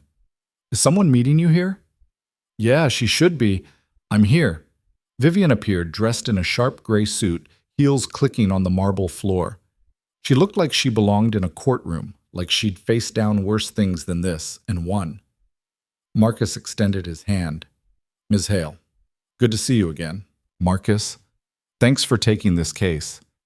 Thanks for the referral on the Brennan merger. We're even. Marcus checked his watch. We've got 10 minutes. Let's go over the plan one more time. They found a bench in the hallway. Marcus walked Evan through what would happen. Opening statements, presentation of the claim, Evan's opportunity to respond. Marcus expected Hutchinson's lawyer to argue that Evan had a duty of care and failed to meet it. Marcus would counter with the incident report, expert analysis, and the simple fact that Evan had done everything correctly. They're going to try to make you emotional, Marcus warned. Talk about how tragic the death was, imply that someone has to be held accountable. Don't take the bait. Stay calm. Answer questions directly. Don't elaborate unless I tell you to. Evan nodded, mouth dry. And remember, this is just a motion hearing. We're not litigating the full case today, just arguing whether the case has merit to proceed. The bar is low, but I think we can clear it. At 8:30, they were called into the courtroom. The space was smaller than Evan had imagined. Wood paneling, fluorescent lights, rows of benches mostly empty except for a few people waiting for other cases. Judge Morrison sat at the bench, a black woman in her 50s with silver-streaked hair and an expression that suggested she'd heard every lie in existence and wasn't interested in hearing more. Hutchinson sat at the plaintiff's table with his lawyer, a man named Mitchell who looked expensive. Hutchinson himself was thin, mid-40s, with the kind of face that would be forgettable if you hadn't seen it in a mugshot. He didn't look at Evan, just stared straight ahead, jaw tight. Evan took his seat next to Marcus. Vivian sat in the gallery directly behind them. Judge Morrison reviewed the file, then looked up. This is a motion to dismiss filed by the defendant in the matter of Hutchinson versus Cross. Mr. Mitchell, you have 10 minutes to argue why this case should proceed. Mitchell stood. Thank you, Your Honor.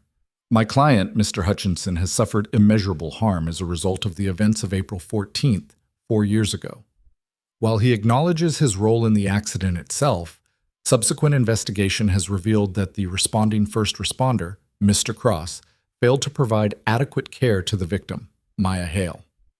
Medical experts consulted by my client have indicated that different interventions might have saved Ms. Hale's life. Mr. Cross's failure to— What interventions? Judge Morrison interrupted. Mitchell blinked. I'm sorry? You said different interventions might have saved the victim. What intervention specifically? Advanced airway management, aggressive hemorrhage control, immediate extrication. Was Mr. Cross trained in advanced airway management? He was a certified first responder. Basic certification or advanced? Mitchell hesitated.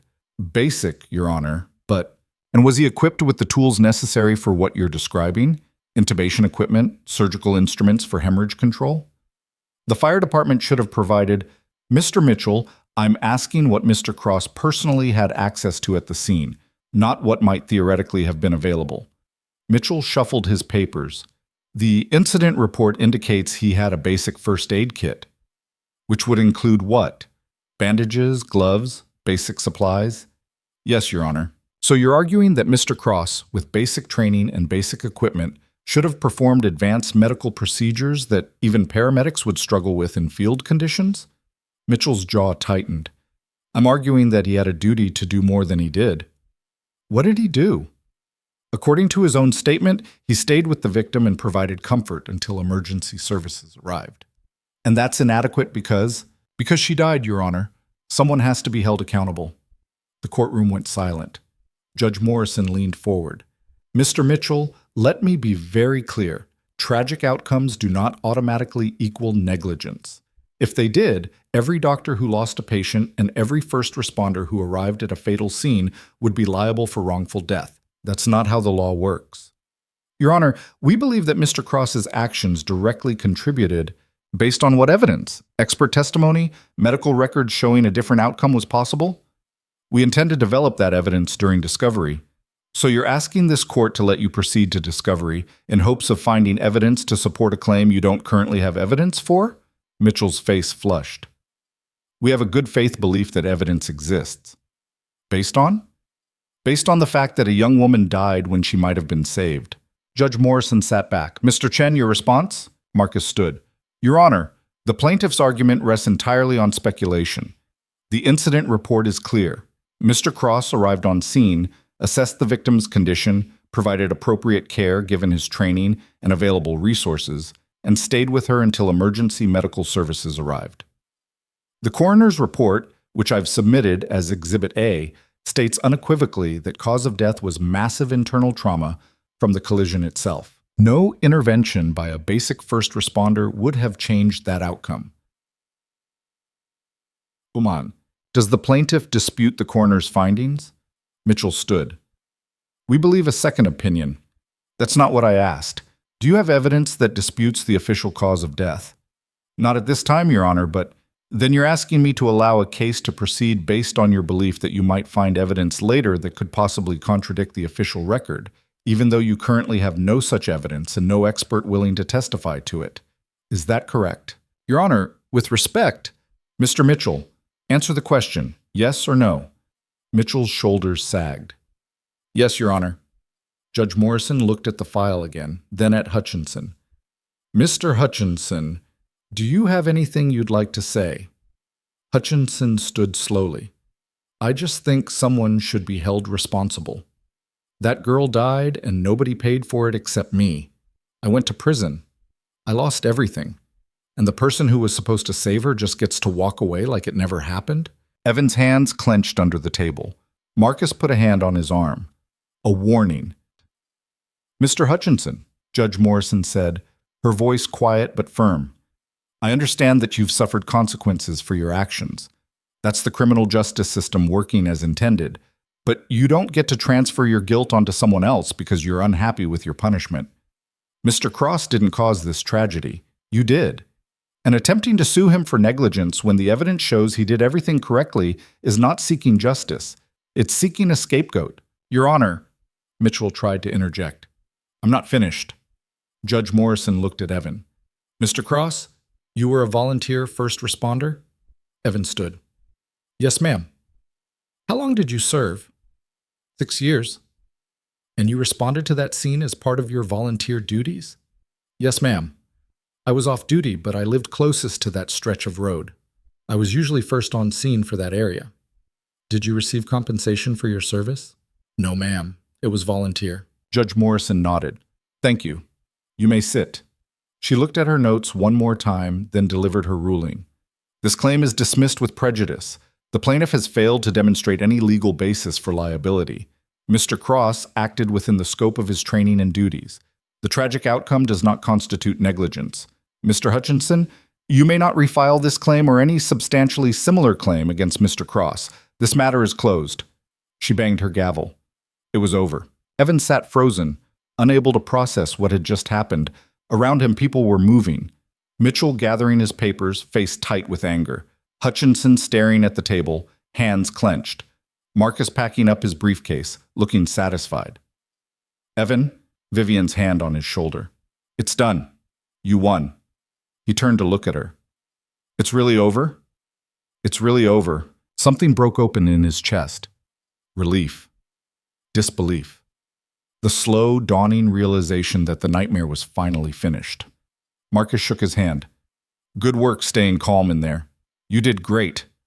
I didn't do anything. You did all of it. I presented the facts. But you're the one who had the facts to present. You did your job right 4 years ago, Evan. Today just made it official. They walked out of the courtroom together. In the hallway, Evan leaned against the wall, legs suddenly weak.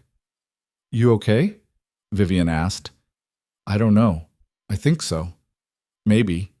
He laughed, slightly manic. "I think I need to sit down." She guided him to a bench, sat next to him.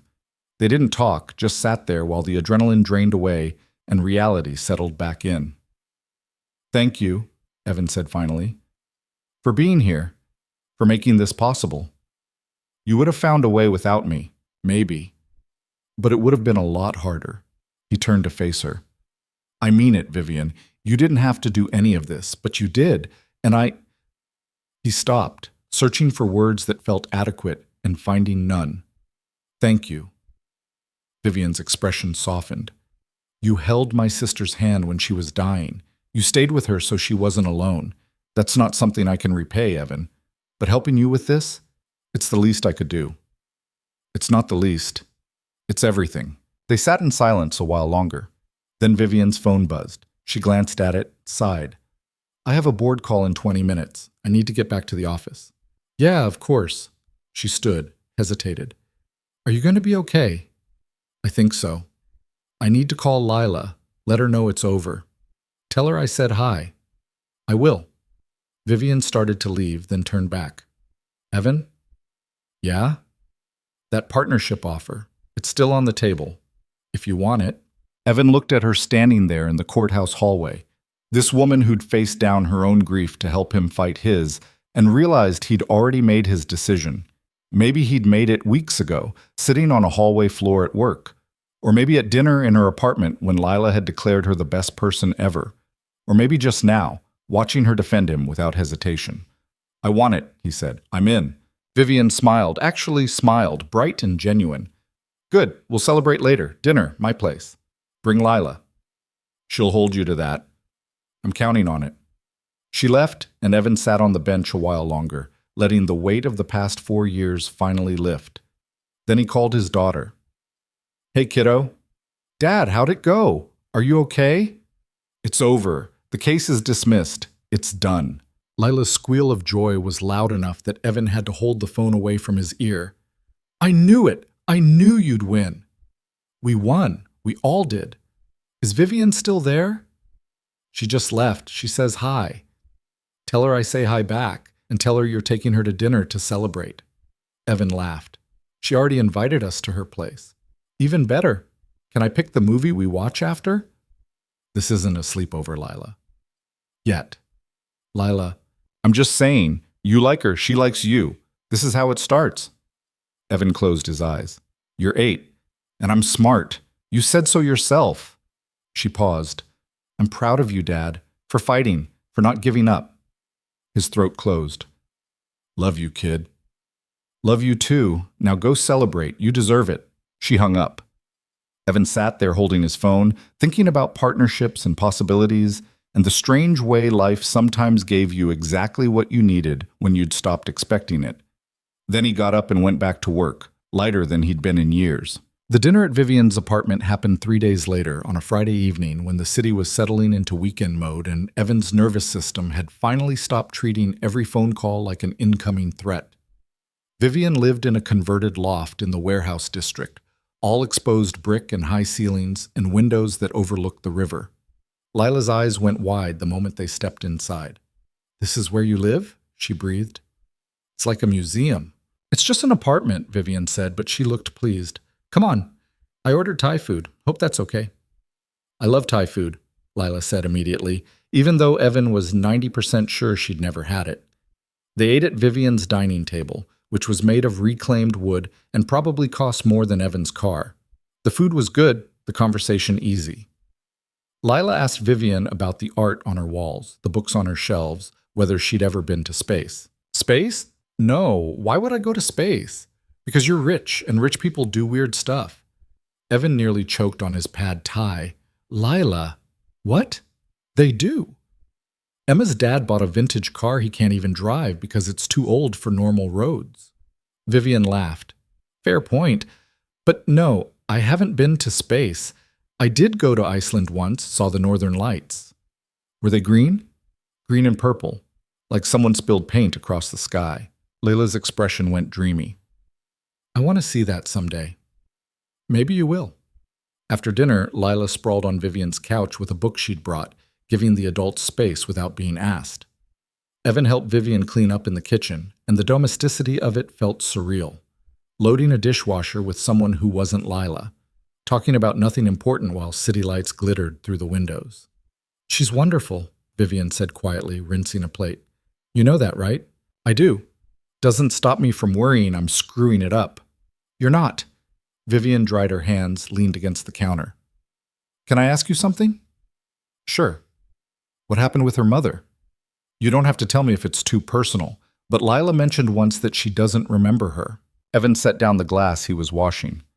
There's not much to tell. We weren't together long, a few months. She got pregnant, decided to keep the baby, and I said I'd help however she needed.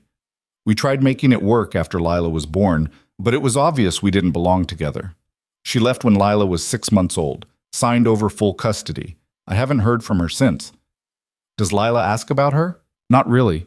She did when she was younger, but I think she made peace with it. Her reality is what it is. She's got me, and for now, that's enough. For now? Evan glanced toward the living room where Lila was absorbed in her book. She's 8. That'll change as she gets older.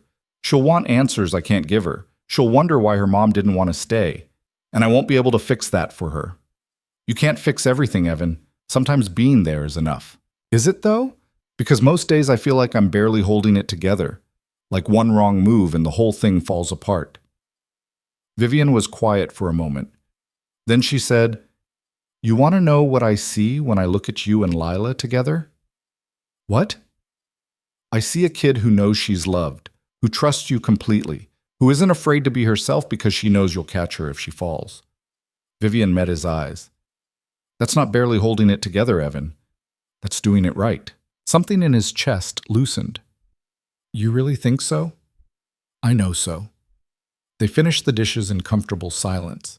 When they returned to the living room, Lila had abandoned her book and was standing at the windows looking out at the city. It's so pretty from up here, she said without turning around. Like all the lights are stars that fell down. Vivian stood next to her. I like that, stars that fell down. Do you ever get lonely living by yourself in such a big place? The question was pure Lila, direct, unflinching. Evan opened his mouth to tell her that was too personal, but Vivian answered before he could. Sometimes, she said honestly, but I'm used to it. I've lived alone for a long time. You don't have to, though. You could have people over more, like us. Lila, Evan started. I'd like that, Vivian said. Having you over more. Lila turned to look at her. Really? Really? Good, Lila grinned. Because I think my dad likes you, like really likes you, and I like you too. So it would be weird if we didn't come over more. Evan's face went hot. Lila, we talked about this. You said not to push. I'm not pushing. I'm just stating facts. She looked between them. You guys are terrible at this, by the way. Adults always make things so complicated. Vivian's mouth twitched. Complicated how? You like each other. It's obvious, but you keep pretending it's just work stuff or friend stuff when it's clearly more than that. Lila crossed her arms. I'm 8, and I can see it. So either you're both really bad at hiding it, or you think I'm dumb. Which is it? Evan wanted the floor to open up and swallow him. Lila, that's enough. Is she wrong? Vivian asked quietly. Evan looked at her. She was watching him with an expression he couldn't quite read. Open. Vulnerable. Waiting. No, he said. She's not wrong. Lila pumped her fist. I knew it. But that doesn't mean... Evan stopped, trying to find words that wouldn't sound like excuses. It's complicated, Lila. Vivian and I have history, and she's my boss, and there's a lot of things that... Are you making excuses because you're scared, or because you actually don't want this? Lila's tone was gentle, but firm. Because if you don't want it, that's fine. But if you're just scared, that's different. Out of the mouths of children.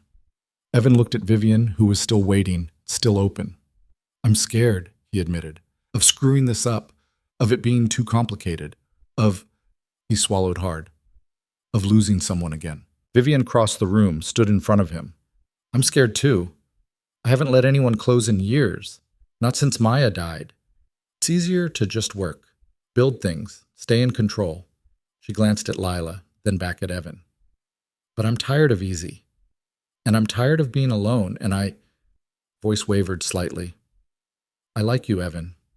A lot. And I like Lila. And maybe it's complicated, but maybe that's okay. Lila looked at her father. Are you going to say something or just stand there looking like a robot?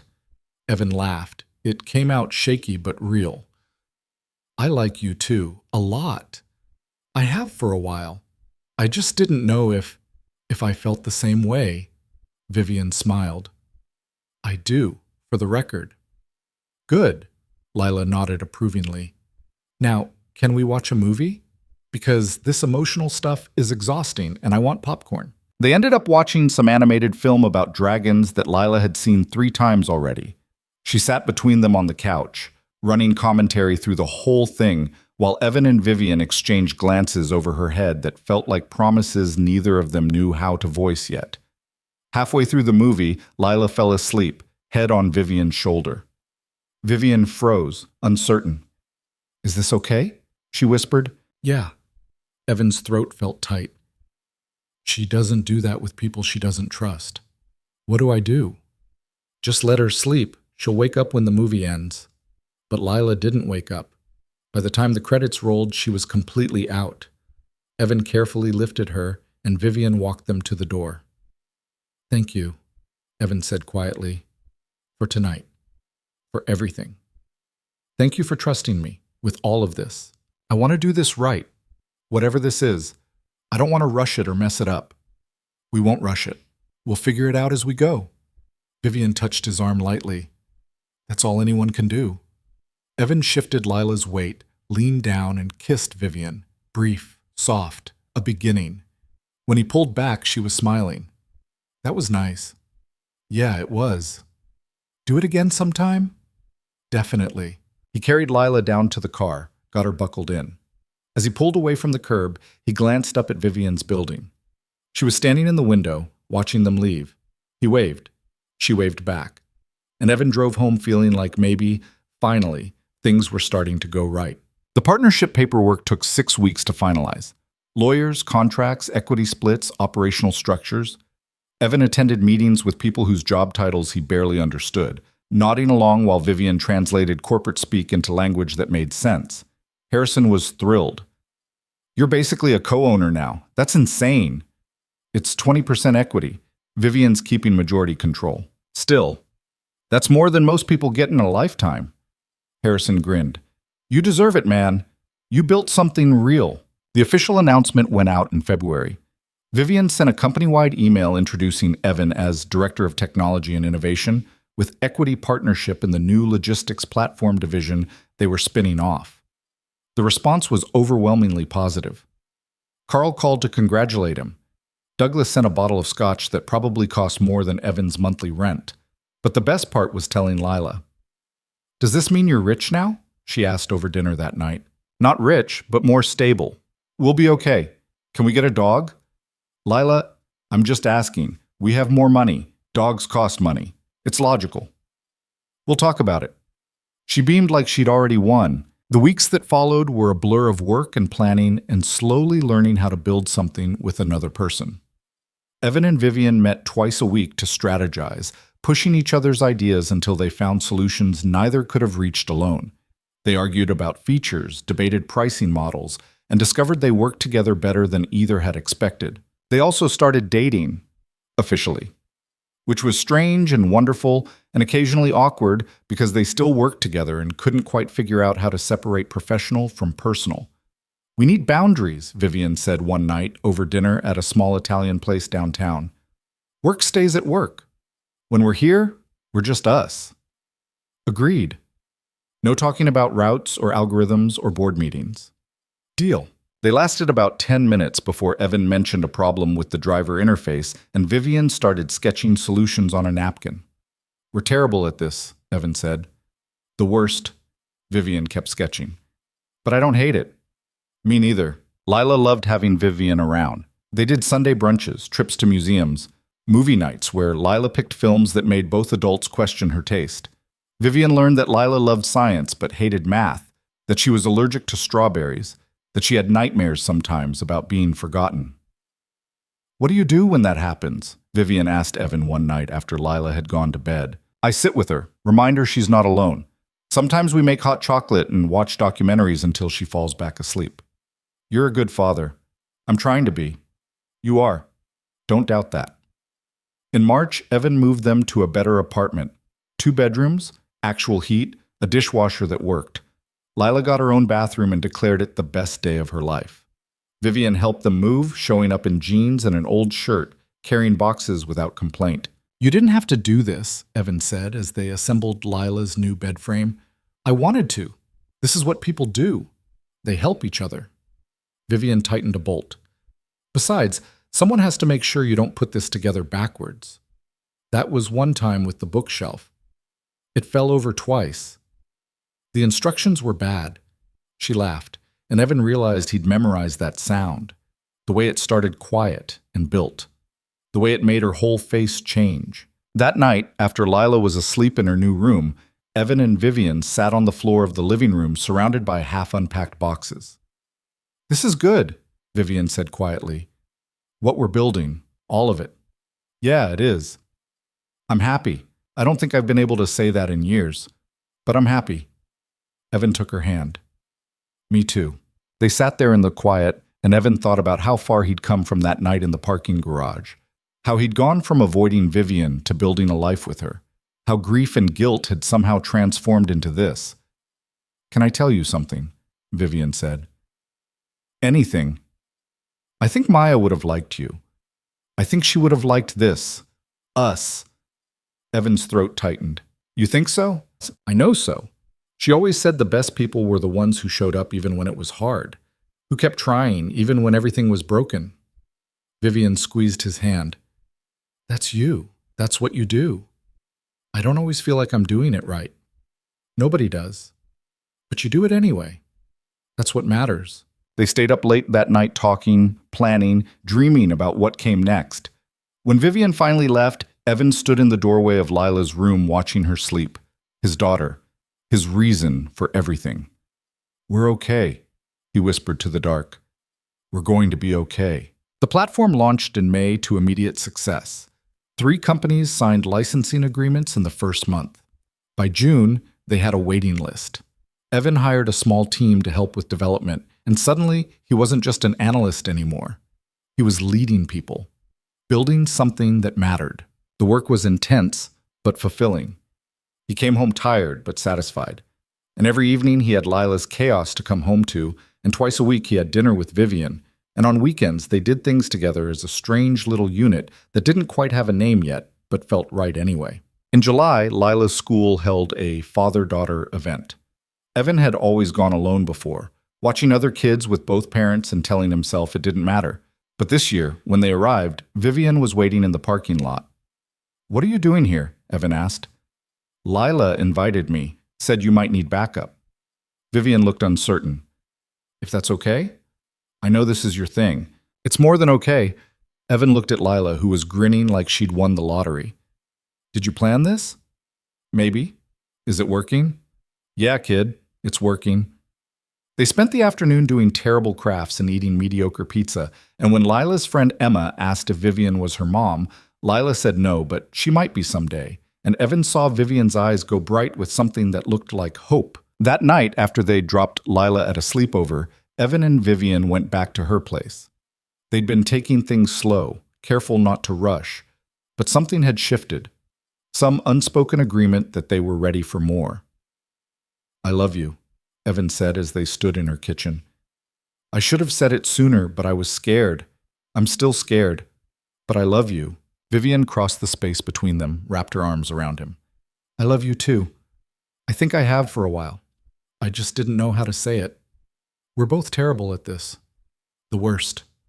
They kissed, and it felt like coming home. Later, lying in Vivian's bed with city lights painting patterns on the ceiling, Evan thought about how strange life was. How you could lose everything and somehow find something better in the wreckage. How the worst night of his life had led eventually to this. "What are you thinking about?" Vivian asked, head on his chest. "That I didn't think I'd get here. A year ago, I was just trying to survive each day. And now," he gestured at the room, at them. "This feels like someone else's life." "It's yours. You earned it." "We earned it. Fair." She was quiet for a moment. Then she said, "I want you to move in. You and Lila. I know it's fast and we can wait if you need to, but this apartment is too big for one person and too quiet, and I want you here.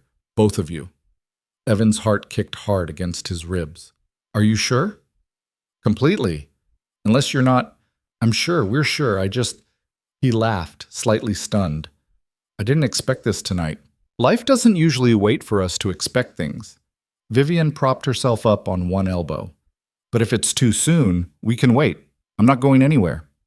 "It's not too soon. It's perfect." Evan pulled her back down. "Let's do it." They told Lila the next morning when Evan picked her up from the sleepover.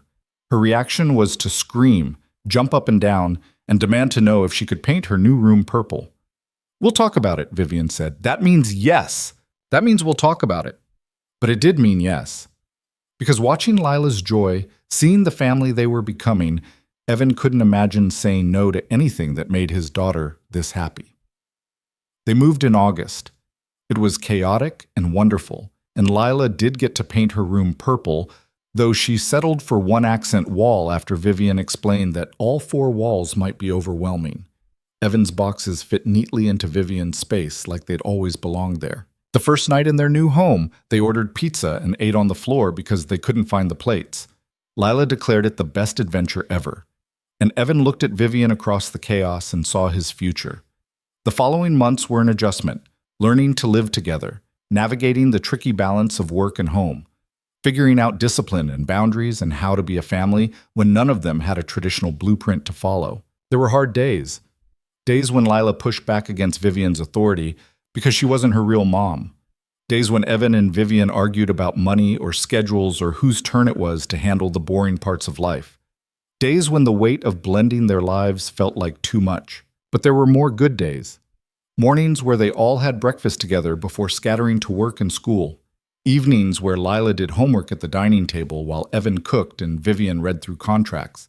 Weekends where they explored the city or stayed home and did nothing at all. In October, almost exactly a year after the partnership offer, Vivian proposed. They were at the river, walking after dinner, Lila running ahead chasing pigeons. Vivian stopped on a bench, pulled out a small box, and said, "I'm not good at speeches, but I'm good at knowing what I want, and I want this. You, Lila, all of it. So will you marry me?" Evan looked at the ring, simple, silver, perfect, and felt his entire world shift into place. "Yes," he said. "Absolutely yes." Lila, who had apparently been in on the plan, appeared from behind a tree with a poster that said, "We're getting married," in glitter. "You knew?" Evan asked. "Of course I knew. I helped pick the ring." Lila hugged them both. "We're a real family now." "We were always a real family," Vivian said. "This just makes it official." They told people slowly. Harrison, who was thrilled.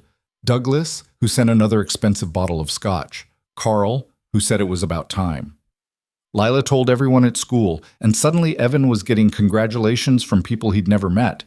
The wedding was small, just close friends and coworkers in a garden venue with string lights and simple vows. Lila stood between them as they exchanged rings, holding both their hands, beaming like the sun. "You may kiss," the officiant said. Evan kissed his wife while their daughter cheered and thought about how far he'd come from that parking garage, how much had changed, how much he'd survived to get here. Later, at the reception, Vivian pulled him aside. "I have something for you." She handed him a small envelope. Inside was a photo. Maya, young and smiling, standing in front of a building Evan didn't recognize. "This was taken a week before she died," Vivian said quietly. "She was happy that day, excited about her research, talking about the future."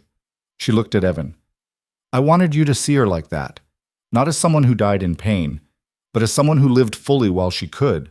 Evan stared at the photo, at Maya's bright eyes and wide smile, and felt something in him finally settle. The guilt didn't disappear. It would probably never fully disappear, but it shifted, made room for something else. "Thank you," he said. "You gave her comfort when she needed it most. That's not something to feel guilty about, Evan. That's something to honor." "I'm trying. I know you are." Vivian took his hand. "And I think you're doing it, building a life that matters, showing up for the people you love. That's how we honor the people we've lost, by living well." Evan pulled her close, and they stood there watching their daughter dance with Harrison to music that was way too loud, and Evan felt for the first time in years completely at peace. Life didn't become perfect after that. Perfect wasn't real. Lila still had nightmares sometimes. Evan still had days when the weight of the past crept back in. Vivian still worked too much and forgot to eat lunch. They argued about small things and big things and learned to apologize and mean it. But they had each other. And they had built something real from the wreckage of their separate griefs. A family that didn't look like anyone else's, but worked for them. On their first anniversary, Evan woke up early and found Vivian already awake, watching the sunrise through their bedroom window. "You okay?" he asked. "More than okay. I was just thinking." "About?" "About how I almost didn't hire you. How I saw your resume and your name and thought about Maya and almost put the file in the reject pile." "Why didn't you?" "Because something told me not to. Some instinct that said this mattered." She turned to face him. "I'm glad I listened." "Me too." Lila appeared in the doorway, hair sticking up in every direction. "Are you guys being mushy again?" "Always," Vivian said. "Gross. Can we have pancakes?" "Yes, we can have pancakes." They went downstairs together, and Evan made breakfast while Lila set the table and Vivian made coffee. Simple. Ordinary. Everything he'd never thought he'd have. Later that day, they visited Maya's grave. It had become a tradition. Once a year, they went together, brought flowers, told her about their lives. "We got married," Vivian told the headstone. "And Evan's company is doing really well, and Lila's going into 4th grade next year. She's smart. You'd like her." Lila placed her flowers carefully. "I wish I could have met you," she said to the stone. "Vivian says you were nice and that you liked science like me." Evan stood back, letting them have their moment. Then he stepped forward. "I kept my promise," he said quietly. "I stayed. And I'm still here. And I'm—" His voice caught. "I'm trying to make it count. All of it." They stood there together, the three of them, honoring someone who'd died but whose impact had shaped everything that came after. On the drive home, Lila asked, "Do you think she knows? About us?" "I don't know," Vivian said honestly, "but I like to think she does. And I think she'd be happy." "Me too," Lila said. That night, after Lila was in bed, Evan and Vivian sat on their balcony watching the city lights. "Do you ever wonder what your life would have been like if that night hadn't happened?" Vivian asked. "Sometimes, but I don't think about it much anymore." "Why not?" "Because I can't change it, and because trying to imagine a different past feels like wishing away the present." Evan looked at her. "I wouldn't trade this, even knowing what it cost to get here." "That's a hard thing to say." "It's a true thing. Pain doesn't erase joy, Vivian. They exist together, and I think—" He paused, finding the words. "I think that's okay. I think we're allowed to be happy even when terrible things have happened, maybe especially then." Vivian leaned against him. "Maya used to say something similar, that the world was full of beauty and horror side by side, and you had to hold both without letting either one destroy you." "She sounds like she was wise." "She was. I wish you could have known her when she was alive." "Me too, but I know her through you, through the way you care about people, the way you fight for what's right. That's her legacy, and it's yours." They sat in comfortable silence, two people who'd found each other through tragedy and built something beautiful anyway. Because that was the truth that Evan had learned through all of this. Life didn't wait for you to be ready. It didn't ask permission before it broke you, but it also offered chances at healing when you least expected them. And sometimes, if you were brave enough to stay open, to let people in even when you were terrified, it gave you exactly what you needed. Not perfection, not erasure of pain, but connection, family. Love that showed up even on the hard days and said, "We're in this together." That was enough. That was everything. And as Evan sat there with his wife beside him and his daughter asleep in the next room, he understood that healing wasn't about forgetting. It was about integrating, taking the broken pieces and building something new without pretending the cracks didn't exist. He'd held a dying woman's hand 4 years ago and carried that weight every day since. But he'd also built a company, raised a daughter, found love with someone who understood both his strength and his scars. He'd survived. And more than that, he'd learned to live again. That was the lesson, he thought. Not that tragedy could be overcome or erased, but that it could be survived. That you could carry grief and joy simultaneously. That moving forward didn't mean leaving the past behind, but rather learning to walk with it without letting it define every step. "What are you thinking about?" Vivian asked. "That I'm lucky. That we're lucky." "We are." "And that I love you, in case I haven't said it enough today. You can never say it enough." She kissed him softly. "I love you too." They went inside, checked on Lila one more time, and went to bed in the home they'd built together. And Evan slept peacefully, knowing that tomorrow would bring its own challenges and joys, and that whatever came, he wouldn't face it alone. That was what mattered. That was what made everything worth it. Not the absence of pain, but the presence of people who stayed.